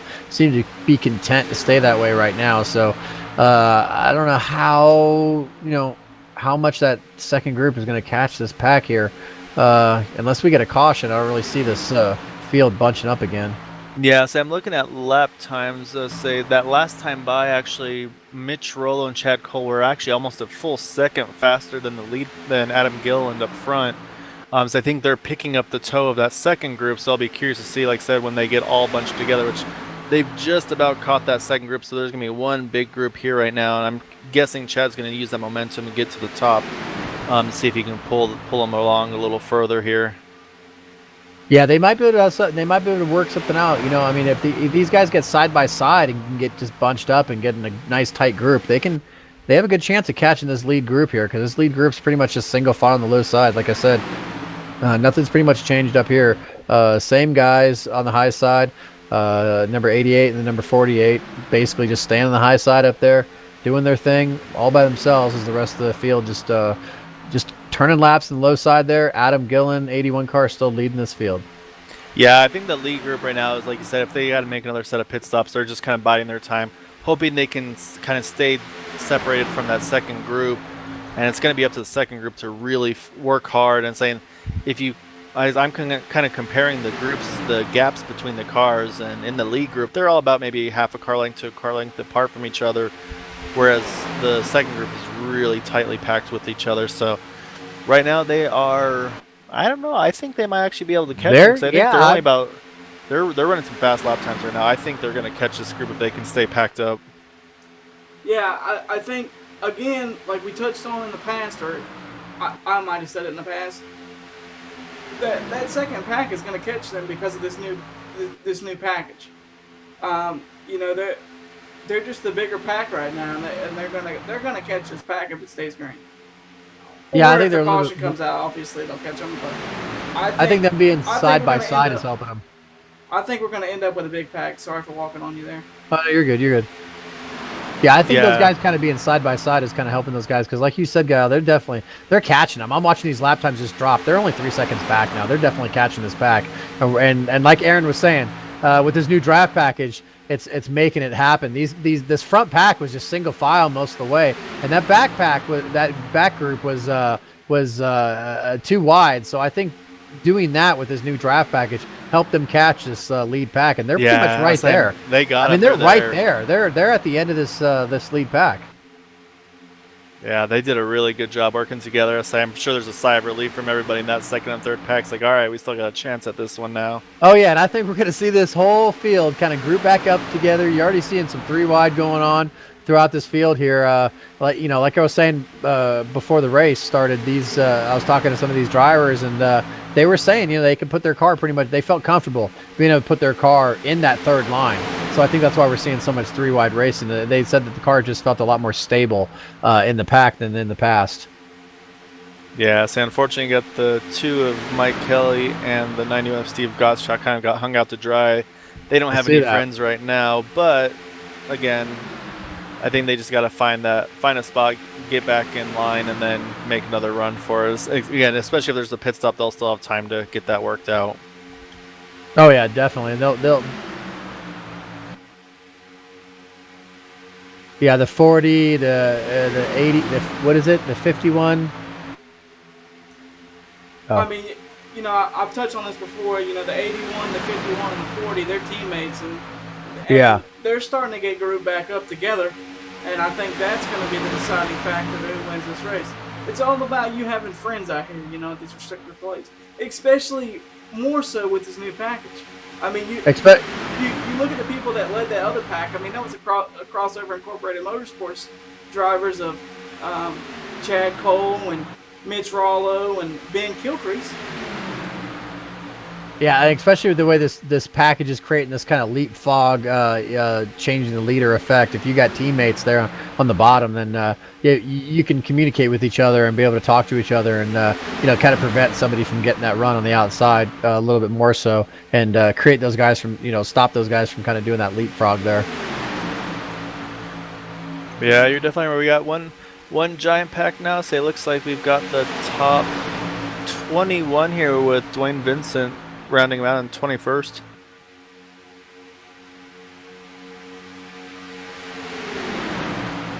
And right now it looks like who is that? Chad Coleman's going to be able to get in front of Adam Gilliland there for the lead, like you were saying. Oh, Edson, sorry. Trey Edson, sorry. Looking at the wrong car. Yeah, they are all bunched up right now, though. Trying to take a look here, see. Let's say you got 2x2 for the top 8 there, and then David Comstock and 9 just kind of riding, and then Daniel Falkham. I think Daniel might be leaving a bit of a gap just in case something happens. He has some room to move. Yeah, I think you might be right about that. I think he's just kind of leaving a little buffer there, trying to just see how it all works out here, because we know these guys are going to have to make another pit stop before the end here. Is even if we do have a caution. I mean, if we have a caution, of course these guys are going to pit, but if we stay green, these guys are going to have to make another stop here under green, and yeah, it's going to make things really interesting because you don't necessarily have to take tires here. I mean, me and you've been racing here. Me and you, a lot of ladies and gentlemen, me and Guile, we've known each other for almost a decade now, sim racing, and we've had so many races at restricted plate races where we pushed each other and worked with each other at these races and everything. So. Talking about 2 tires and 4 tires, I mean, a lot of these guys, that's going to be a big decision they're going to have to make in this last pit stop, is how many tires they're going to make and how much fuel. I do want to point out something that I just noticed. When those second and third packs caught the main pack, the car that led at the end was the 5. The 5 and the 82 and the 96 of Rollo were the leaders of that second pack, and they're all the way up with the leaders now. Yeah, exactly. They've worked their way up here to the front. They were in that other pack, and now they've worked their way up to the front of this lead pack, in a short amount of time, just a couple laps here. And I think we're going to see a lot of 3-wide racing here. I mean, we see that low line stretches all the way back there, single file, and you see a cluster of guys running this middle and higher line here, trying to make something work up there. But for the most part, it's pretty much everybody on the low line there, just kind of swapping the lead back and forth, as you see once again Adam Gillen getting in front of Trey Edson and taking over that lead spot in the low line there. As we see the 51, he jumps out. Justin Fuller jumps out. They go to that middle line there. Looks like the 88 was the 88 had a little bit of connection issues there, and it looks like the bottom line's starting to check up a little bit. We got somebody in the wall there. We got a big one. Number 3 was in the wall there. Caution is out. I think it was just a bad push, unfortunately, by the 42. A lot of guys got caught up in that one. That one's a big one right there. Jamie Coleman, I do believe. Yeah. Jamie Coleman, I think he was on the outside there. I'm trying to check it back on my machine here. Jamie Coleman, and it was the 42 of Comstock, and then the 99 of Tommy Ryan. And I think, the 42 just caught him in the right rear a little bit. Just a bad bump, you're right. Yeah, just a bad bump. The 42 looked like he just got him a bad bump. Hooked his bumper just a little bit, hooked him in the wall. He came back down, and just chaos ensued from there. The 24 had nowhere to go. Got into the back of the 99 was in that. Trying to see who else was involved in this.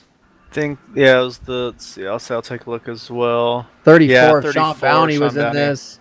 99, the 3, the 34, the 20 of Chad Coleman. Yeah. Bunch of cars involved in this one tonight. That trial was always a risky place to push. And I will say, this changes everything. It really does. It really does. This shakes it all up. It's going to be a shootout to win this. Well, these cars right here, I mean, once we get past this pit stop, I think we're going to be good to the end. These guys are not going to have to make any more pit stops. These guys are going to have fresh tires.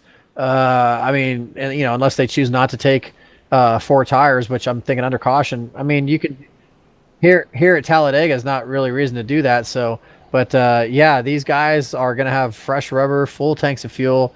And we're just going to have a shootout to the end here. It's going to be a great run to the end.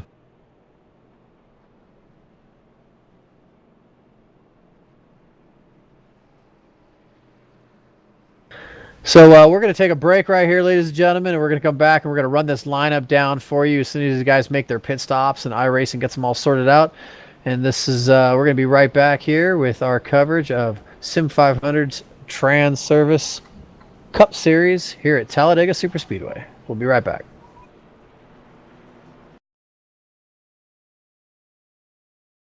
All right, Watson, let's analyze the chemicals in this cigarette smoke. Cadmium? Check. Formaldehyde? Check. Arsenic? Sir, isn't arsenic what they used in rat poison? Yeah, isn't arsenic what they used in rat poison? Oh, what was I thinking, sir? It's not like we're gonna smoke them. Neither will the rats. Tobacco is no joke. Cigarette smoke has over 7,000 chemicals. Learn more at thefactsnow.com.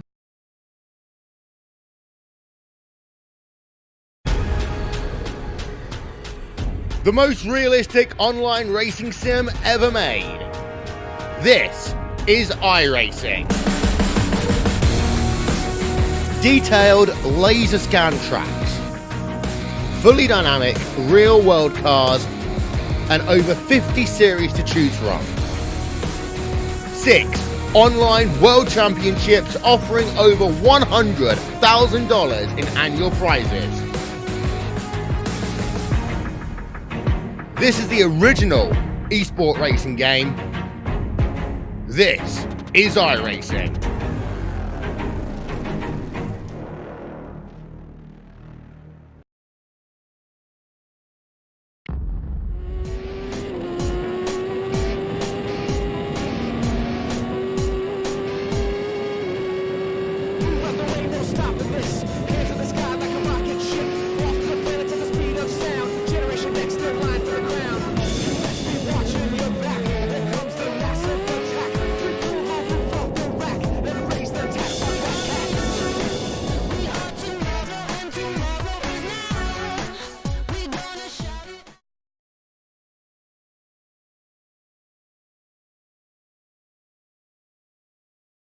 my doctor calls me and says, Chris, I have the results of your scan.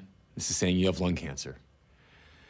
And that was probably the single most shocking thing anyone's ever told me in my life. How can I have lung cancer? I'm 39. How can I have lung cancer?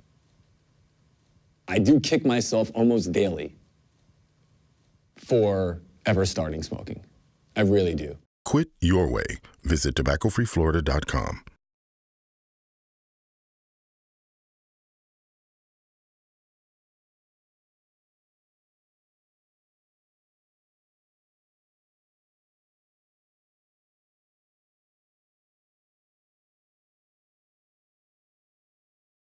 All right, Watson, let's analyze the chemicals in this cigarette smoke. Cadmium? Check. Formaldehyde? Check. Arsenic? Sir, isn't arsenic what they used in rat poison? Yeah, isn't arsenic what they used in rat poison? Oh, what was I thinking, sir? It's not like we're gonna smoke them. Neither will the rats. Tobacco is no joke. Cigarette smoke has over 7,000 chemicals. Learn more at thefactsnow.com.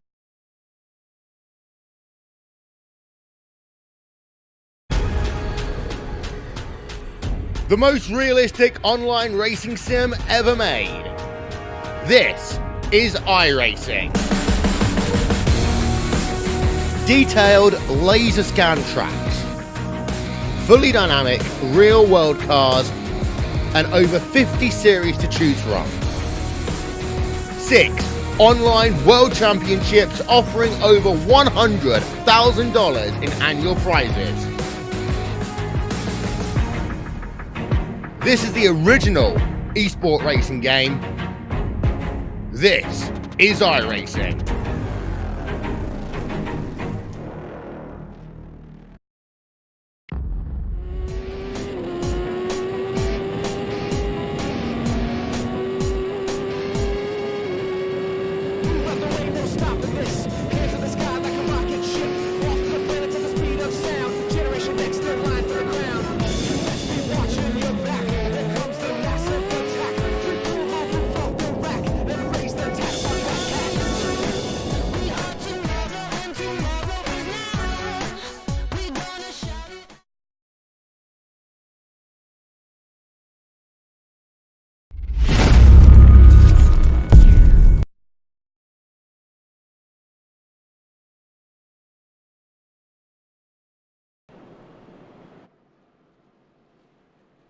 And we are back here with Sim Racing Network's coverage of Sim500's Transervice Cup Series here at Talladega Super Speedway.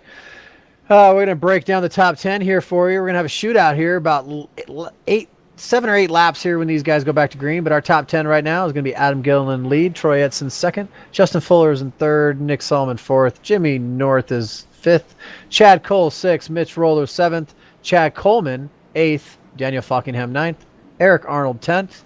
And, yeah, we're going to have a great run here. These guys all got fresh tires. These guys got full tanks of fuel. We're going to have a shootout here at the end here at Talladega Super Speedway. This should be a good show here, Guile. Yeah, this is going to be, I was saying, they'll take them a little bit to get up to speed. But, yeah, I say the way these things draft is going to be really exciting.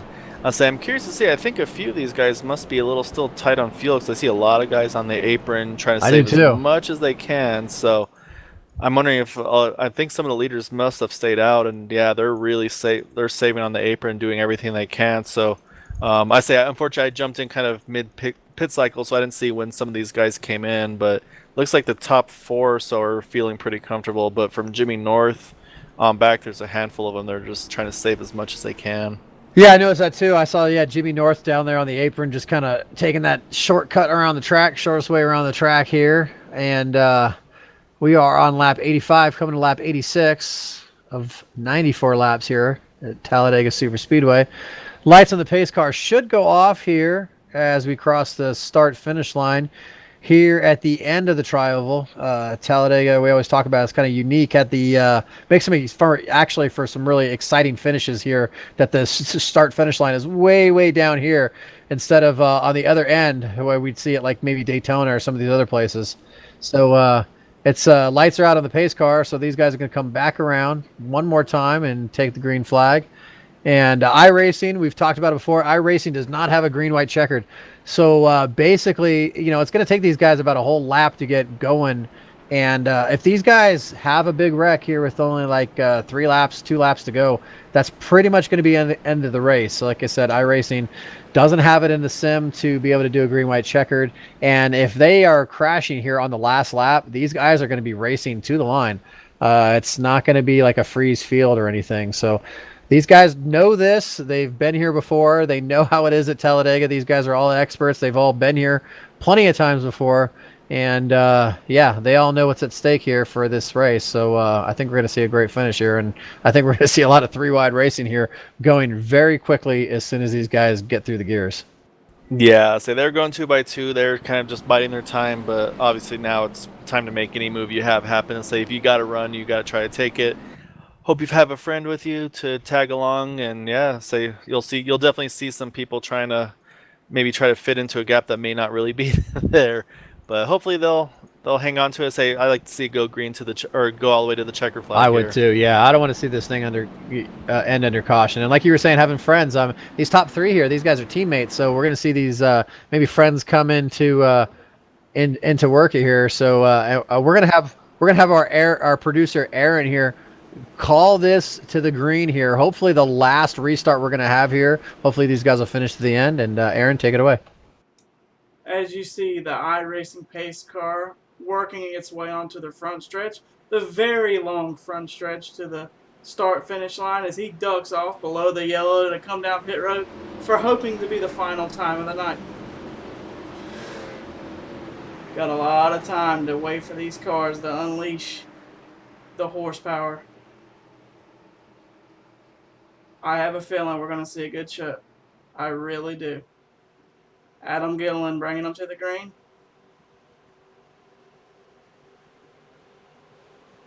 And we are green at Dega. Adam Gilliland edges out as they come through the gears. Edson fighting with the 88 of Solomon, 82 of Chad Cole, latching onto the back bumper.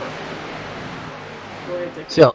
You see a lot of slicing and dicing going back out there, back in the field. Looked like maybe somebody missed a gear back there because I saw a lot of guys kind of checking up. We got 3 wide back there, but up in the front back, we got still got Adam Gilliland on the low side, but we got the number 40 of Trey Edson getting a good push there from the 88 of Nick Solomon. But like I said, the low line is the preferred line right now, and Justin Fuller, he's given a heck of a push to Adam Gilliland, making sure that he can try to keep his nose up front there. Maybe make it so that 40 can't duck in front of him, but it's not going to help here on the last, on the last lap if that 40 has got his nose in front. Right now, Trey Edson led that last lap. If that would have been the last lap of the race, he definitely would have won it. So right now, these guys are still 2 by 2. We're on lap 88 of 94, and these guys are still racing really hard. I expected to see more like 3 wide by now, but these guys are still 2 by 2 back there. Yeah, I think they're maybe just trying to, I wouldn't say biding their time, obviously, but I think they're just trying to get There's no that time run. left. I think they're trying to get that run they need to try to get to the top. I think you've got Daniel Falkingham kind of in between Chad Cole and Mitch Rollo. I think that's one team that you'd probably expect to see make a move here. Oh, looked like the idiot was thinking about it. They decided against that at the time, but yeah, I don't know. I've never been a fan of waiting. Oh, caution's out. Oh, we got a car on the grass. Looks like Joey Gattina maybe got on the grass. I think we're going to go, yeah, we'll be able to go make it back green, I would assume. I don't think anybody's going to pit. I don't think we're going to be done. We should go back to green. Maybe a 1-lap shootout, you think, Kyle? Yeah, I say we're at lap 88, took it 89. Yeah, I mean, these guys just pitted. Shootout. These guys just pitted, so I wouldn't think that anybody's going to pit. So we're probably going to have a quick, I would assume that this would be a quick caution. Yeah, it looks like something happened with the 27, and he took a couple hard shots. I'll take a look at this on the replay. The 27, Anthony DeBarro. So yeah, we'll get this load up for on the replay so you can take a look here. But looks like I'm looking at it on my own rig here. So yeah, take a look at the replay here. Yeah, it looks like the 27 and the 16 got hooked, And man, there were some nasty hits. The 27 took a big shot from the 20 of Chad Coleman, and the 16 took a really bad shot as well from the 41 of EJ O'Rourke. Oh yeah. So there are some Anthony definitely some Navarro roughed had up a cars. spectacular crash there. Oh, and then EJ wasn't able to save it. Went back up into the grass and hooked the 46 of Nick Hurd. Unfortunately, just wrong place at the wrong time. So yeah, that was. Yeah, I don't see a reason why we wouldn't go back green here. I mean, it should be a quickie caution. We should just get the lucky dog here. Well, no, yeah, just the lucky dog. There will be no wave around since the leaders didn't pit. So I would assume it'd be a quick caution here. You see, everybody, we're going by the commitment cone right there. Looks like everybody's staying out. Maybe have a straggler here or two in the back. But yeah, I think we're gonna have like a one-lap shootout here, Guy, which is gonna make for this is gonna make for a heck of a. I think this is gonna make for a barn burner here at Talladega. Yeah, there's gonna have to be some teamwork on this one if that's the case, because I mean, yeah, you'll have it. It's up to Adam if he's gonna want to work with Trey or with Justin Fuller, which I'm thinking is gonna have to work with Fuller. That way, he's got the bottom line to protect him too. I do too. And Fuller, I mean, he's no stranger to these restrictor plate races. I mean, he knows what's up. He knows what to do around here, and yeah, he'll just latch right onto that rear bumper there. And they know that pretty much now, whatever flag is out is going to finish this race. Caution, white flag, checkered flag. I mean, it's done after this. I mean, this is going to be a one-lap shootout. After these guys go back green, it's going to be over. So, and we're on lap 90 of a 94. They're going to be coming to lap 91. I'm assuming they're going to go back green, lap 92. So what, 2-lap shootout? Yeah, it's going to be depending on when those lights turn off on the pace car. I'm trying to see if we hadn't. Yeah, it looks like we still had a couple guys on track that were lapped down, so I think that usually adds an extra lap. Yeah, that's what I was saying. Yeah. But yeah, so I say really it's going to be. Obviously, you're going to have Nick Solomon pushing the 40 most likely as hard as possible. Then you'll have Chad Cole and Jimmy North lined up next to each other in row 3. And let me try to double check. Yeah, no. Actually, you'll have Ben Kilcrease, I believe, lined up behind Chad Cole. So they might be able to make something happen. Mitch Rollo right they there. are teammates, and Mitch Rollo is right with them too. So if they can find a way to get hooked up. And yeah, Mitch Roller's another teammate, and Eric Arnold's right there too. So he's been. I mean, this is gonna, I don't know. This is gonna be a great finisher, I think. Yeah, say that they'll have to get hooked up really quickly and really efficiently to make anything happen. Because I have a feeling you'll have Adam and Fuller probably talking to each other, saying, "Okay, 3, 2, 1, go." Yep. And then everybody else has to try to react to them. So, and this isn't a track where you want to try to jump the restart as fast as you can, just because if you get ahead, they're gonna have a huge head of steam on you. So they may still wait till right as the, basically like right before the flagman will throw the green flag here. Yeah, you almost want to. You're absolutely right about that. Some of these other tracks, you almost, like you said, you sometimes you want to get a jump to be able to get out in front. But here, at some of these restrictor plate races, you don't want to do that, because like you said, you get too much of a jump, of a lead, and those guys will just get the draft and they'll suck up and they'll just totally engulf you. You don't have a chance. And here, it's more of a timing kind of thing. You want to just kind of nail it right before those green lights go on. You want to just kind of time it just perfectly. And here, with the way that the pace car pulls off pit road, and then you got such a long wait until you get to that start finish line, it just seems like it takes forever when you're anticipating, especially if you're the leader and you're trying to get a win, and this is going to be the last lap for that win. Yeah, plate racing has definitely been some of the most stressful races I've been a part of, because definitely there's only so much that's within your control, and I mean, obviously you do everything you can, but like I said, you got to have friends and you got to have the right move at the right time, and just make sure hopefully you don't get collected in someone else's problems. Yeah, Guile and I have been doing these restrictor plate races with each other since NASCAR 2003. I don't even know if it was NASCAR 3 too, probably just NASCAR 2003. And yeah, like I said, we've been involved in a lot of these together, and it's all about somebody being able to push you, having a friend behind you, and especially if you're able to talk to that person in a private channel to where you can make their different moves and plan what you're going to do ahead of time. And with this new draft package, it looks like that, like I said, the low line has been the preferred line, but not on the last lap of the race. It doesn't matter if you're on the low line. You just need to be ahead of that guy. And these guys on the high side seem to be able to get that momentum to where they're able to get their nose just in front of that guy in the low line. And I think we could see a photo finish, a close finish if these guys decide to stay green for it. Yeah, I think there's definitely a really good chance of that. And like you mentioned with the top side getting that run on the momentum and that's what's going to happen. I think here is you're going to see that. Well, it depends because of teammate potential, but more than likely you'll see that top car really try to pinch the bottom line as best they can to really hold up their momentum, and that'll just give them that little extra advantage down the straightaways.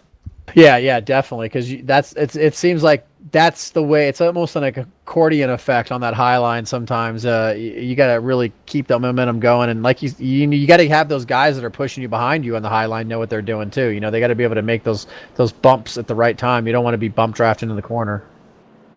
The lights are still on the pace car. Yeah, I think that's gonna be a one-lap shootout then. Yeah, definitely gonna be a one-lap shootout then. Yeah, I would imagine that next time by, we are going to have the lights go off on this pace car, and it's gonna be a one-lap shootout. So yeah, so that'll almost be a no-holds-barred restart. Yeah, because like you mentioned, the caution does not come out on the white flag. So if something happens, we're done. You'll probably see some Days of Thunder action going on. Yeah, we're definitely, ladies and gentlemen, if you're still tuned in, you are about to see you're about to see something, especially if a caution comes. I mean, if you see cars start spinning, you're going to see a lot of just drive through the smoke, Cole.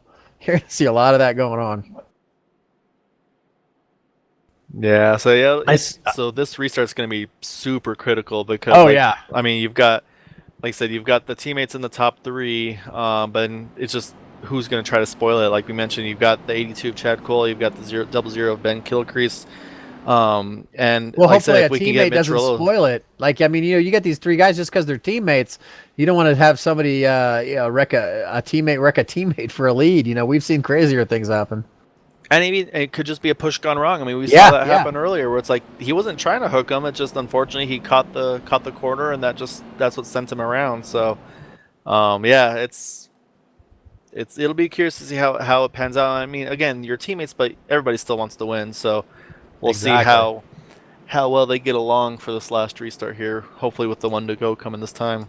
And like I was saying before, I was talking to a lot of drivers before, and they're not used to the how quick these guys suck up to each other in the draft. I just want to point out, I don't think this is a coincidence, a one-lap shootout at Talladega, if it goes that way.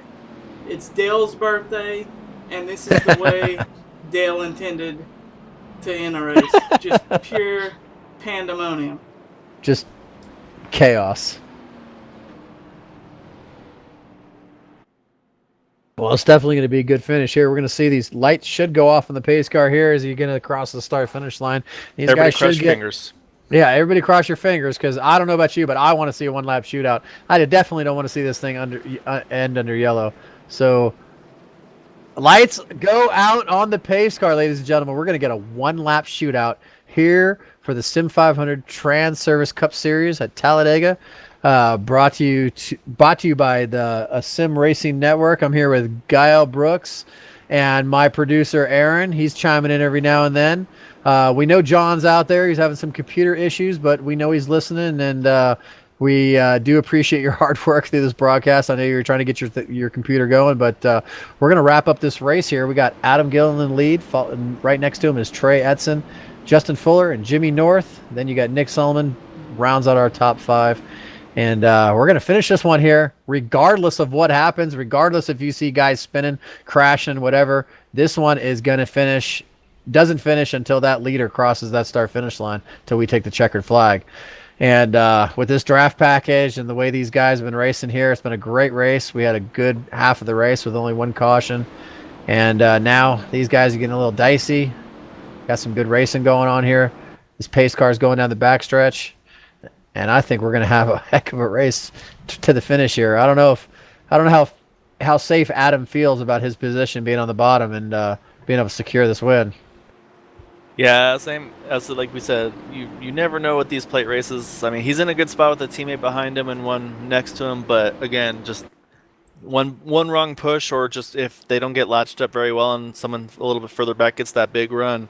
Well, I mean, say the 88 gets a heck of a run with Trey and just pushes him and pushes him and pushes him. You know, I mean, he might get a good run on his teammate to be able to just take that lead from his teammate right there. You know, an unintended kind of thing. You know, maybe the 40 kind of wants to drop behind the 81, but we're gonna find out right here because pace car is peeling off right now. It's gonna go down pit road, and these guys are gonna take this long wait until they get this green flag. We're going to see a heck of a finish here to the end, ladies and gentlemen. 81 of Adam Gillen, 40 of Trey Edson, teammates here. Say Trey's a little antsy there. He's still a little bit ahead of the leader. He's got to be careful not to get a black flag. He definitely does. He cannot beat that leader to the start-finish line there.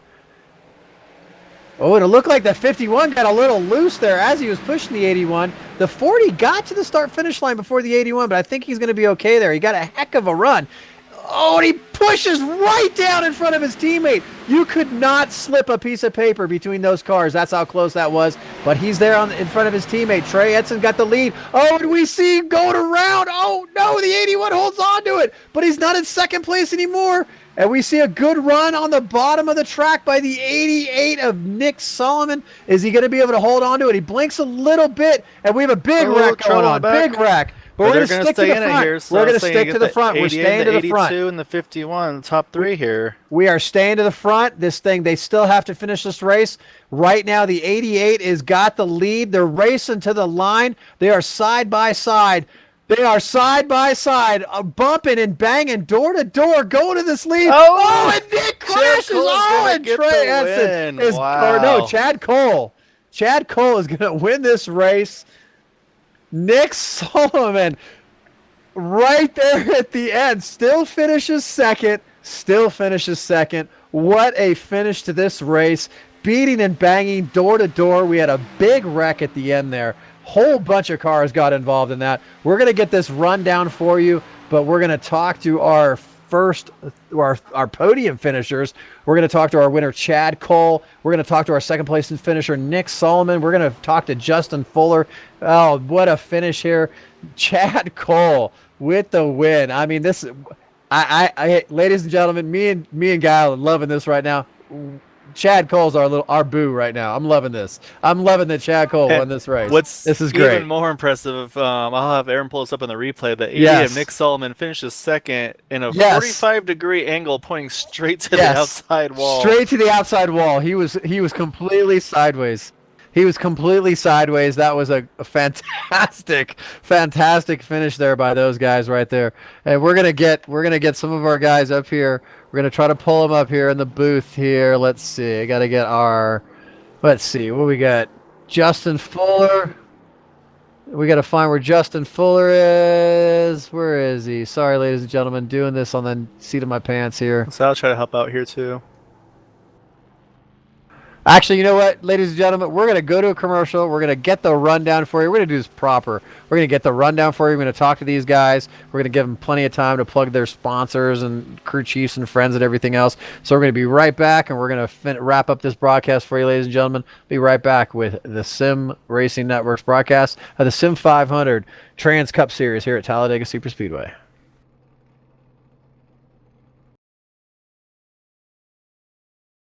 All right, Watson, let's analyze the chemicals in this cigarette smoke. Cadmium? Check. Formaldehyde? Check. Arsenic? Sir, isn't arsenic what they used in rat poison? Yeah, isn't arsenic what they used in rat poison? Oh, what was I thinking, sir? It's not like we're gonna smoke them. Neither will the rats. Tobacco is no joke. Cigarette smoke has over 7,000 chemicals. Learn more at thefactsnow.com.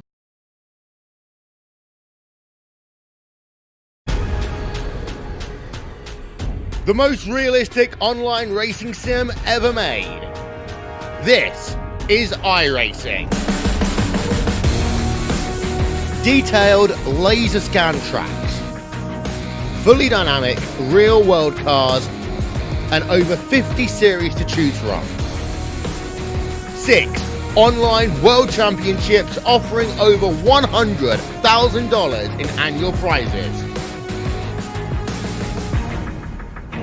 This is the original esport racing game. This is iRacing.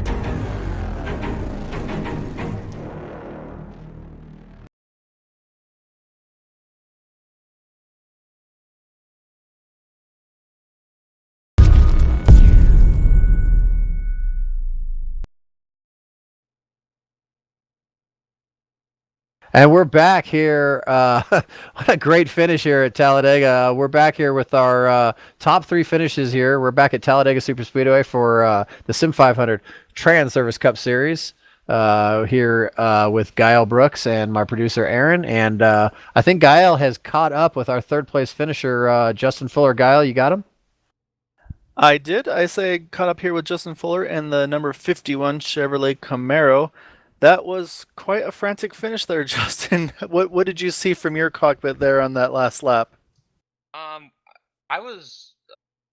and Trey and I were teammates, obviously, so we're trying to work together as best as possible. But Adam spun the tires a little bit, and so did I, and it just lost a lot of momentum. So I had to hold it outside, and if I get behind him, I'm giving up any chance I have to win. So I shot to the outside, went with Trey. We had the momentum. I don't know how Adam got turned. But that set up a lot of guys to get a run on us again. We were going on the backstretch, and they just started wrecking all around me. I think Falkingham tried to force a 4 wide there, which I definitely don't blame him for that. We're coming to the checker flag at Talladega. If you lift, you're giving up any chance you have to win. So, but it was a really good race up to that point. Honestly, it would have been nice to have that race go green all the way after the green flag pit stop, because there was just a few of us I think that were good to make it on fuel. We came away with a 3rd, so you really can't ask for much better than that at Talladega. Yeah, I was saying I did take a look when it was happening. I saw it when it happened, went back to look at the replay. It looks like the 88 just got a little bit of a bump, just not quite squared with Adam Gilliland, unfortunately, and that's kind of where it got him all squirrely. Made a really nice save, though. But yeah, that was Donna and Aaron and I were we couldn't believe what was happening there in that last lap. That was pretty exciting. But I say, I want to definitely give you the moment while you have the time. Give any shout outs you'd like to give? I want to thank Sim500 and all the work that they put into this league. Thank Transervice for sponsoring the series. If it wasn't for them, I wouldn't be able to do this. You guys should put it on the broadcast. I want to thank everybody that raced with us tonight, everybody that watched, all my teammates at the sponsor, Sim500.com. We're looking forward to getting to Dover next week. It's one of my favorite tracks, and we'll see what we can do there with the Dash for Cash. We're trying to make it into the Final 4 there for Kansas. So money. There you have it. The number 51 3rd place finisher of Justin Fuller. And saying a really good run there. Yeah, that was a really good run for him. And like he was saying, he was just trying to get through all that mayhem there at the end of Talladega. These guys were just, Adam got spun around and he was just kind of trying to make his way through there. And I do believe Gael has ran his way down and caught up with our 2nd place finisher, number 88 of Nick Solomon there. Yeah, I think I got my exercise in for today. Found the number 88 Chevrolet Camaro of Nick Solomon. That was a pretty exciting last lap there. I'm guessing you were maybe not looking at the start-finish line as much as the wall coming to the checker there. Take us through that last lap. Can you hear me? Yeah, we got you. Yes, sir. Yeah, that was a pretty crazy last lap. I didn't mean to move whoever was in front of me there in turn 2, but I got kind of slammed into in the middle of the backstretch. I had a little damage, and I knew I wasn't going to win it to the line, so tried to drive him up the track on the tri-oval and didn't work, but it was close. It was fun. It was a good race for me. Yeah, it was definitely a hard. Last lap at Talladega. That's you got to do what you got to do to try to get that finisher that you can get, and you did a really good job of getting that result there. I want to definitely give you a moment though. Any thanks or shout outs you'd like to give? I'd like to thank my cousin and his wife for watching this race because they told me to give them a shout out, and whoever else might have been watching. And thank you to the sponsors that put this on. I wish I could do every race, but my work schedule doesn't allow, but I enjoy racing when I can. There you have it. Quite the exciting finish there for the number 88 of Nick Solomon. I was saying, great run for you tonight, Nick. Yes, it was. I was saying, I think I've caught up with Don Runkle's caught up with the 82 of Chad Cole in Victory Lane. Oh yeah, we're in Victory Lane. It's riddled. It's riddled with Twinkies, and Chad Cole is just in Victory Lane, just loving it. The big cat here, Mr. Chad Cole, the number 82, being able to get through the chaos of Talladega Super Speedway, make his way through that big wreck at the end to be able to pull off the win.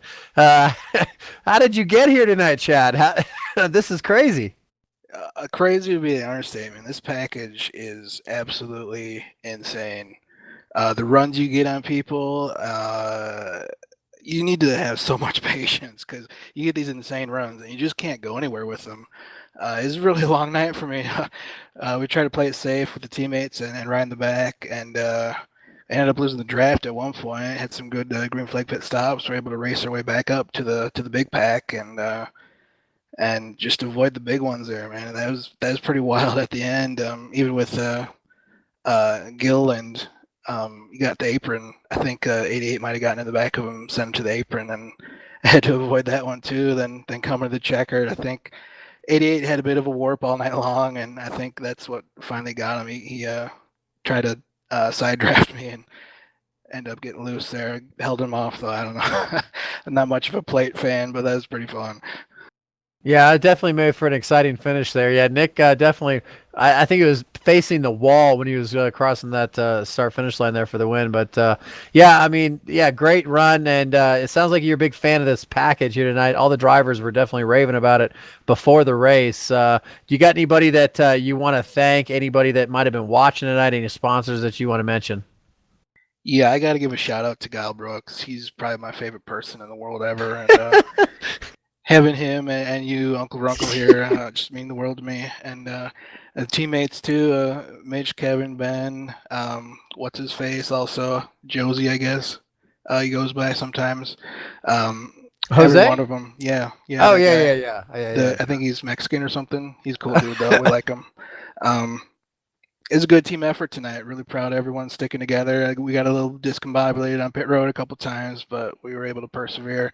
Also, English Auto doing the dash for cash. Had the green numbers tonight for, I don't know how this system works, but I think we'll have them on next week too. John had all the info for that, and he fell out, so I was no use for that. So yeah, I apologize for that, folks. John was going to explain that whole procedure tonight, and yeah. Oh, I think English Auto will be back next week too. So shout out to them for doing the dash for cash, and also Transervice for being a series sponsor for the Monday Night Series. SRN too. We love you guys. We love all the work you do. We appreciate it, and I do believe little Aaron here might want to say hi to you. Aaron, he's lost for words, I guess. I guess he is lost. He might be able to. There he is. You know, with John falling out, I had to do some broadcasting for my first race, actually doing some commentating. To see you win, man, it just puts a smile on my face. Well, I'm happy to do that. We're trying to hand out smiles left and right in this league, you know. Anyway, we're gonna let you go celebrate with your team there. There's our winner right there, Mr. Chad Cole, the number 82 car, pulling off the win here at Talladega Super Speedway for the Sim500 Transervice Cup Series. Brought to you by the Sim Racing Network. And yeah, I mean, we had a little hiccups tonight. Appreciate everybody being patient with us tonight. Technical difficulties, it happens. You know, it's on the fly. Doing the best we can tonight. And, had a great race. And appreciate Gael joining me up here in the booth, bailing me out, giving me somebody to talk to. Appreciate Aaron, our producer, giving you guys great camera angles, trying to show you the replays, show you all the action on the track so you guys don't miss a beat. Give me someone to talk to after John had his technical difficulties. And yeah, I really appreciate you guys helping me out tonight, and appreciate all you viewers tonight. Everybody, check us out, the Sim Racing Network on YouTube. We're on Twitch, and we are on Twitter. Is that correct, Aaron, or am I wrong? No, Facebook. We are on Facebook, YouTube, and Twitch. Yeah, that's you right. Can see all the triple threat broadcast. The triple threat streaming. We do 3 streams at once. It's a really good show. We put a lot of time into it. Hope everybody enjoyed it. And just what a show. You couldn't celebrate Dale's birthday better than this. Any final thoughts from you guys before we head on out of here? Kyle? So I just want to thank you guys for letting me jump in here last minute. I say it's always a fun one to watch these guys. I was trying to watch as much as I could, and then to also be able to be part of the broadcast, just the little what do you call it, cherry on top. So I had a lot of fun. Say fun to do a broadcast with you, Don, and say especially doing with you as well, Aaron. So yeah, that was quite a last lap finish there. I'd say that's one we'll probably talk about for a little while. Yeah, good to see Chad Cole bring in the win there for his team, and good race tonight for Sim500. Like I said, always good races tonight. And you guys can see us next week, Monday. Hopefully, John will be joining me in the booth. We'll see, and we'll be here next week for, I believe it's Dover that's on the schedule. And yeah, these guys will be doing some concrete racing on that high bank mile track there. We appreciate everybody for joining us tonight. We're going to close it out tonight. Have a good night. Everybody, take care of yourselves.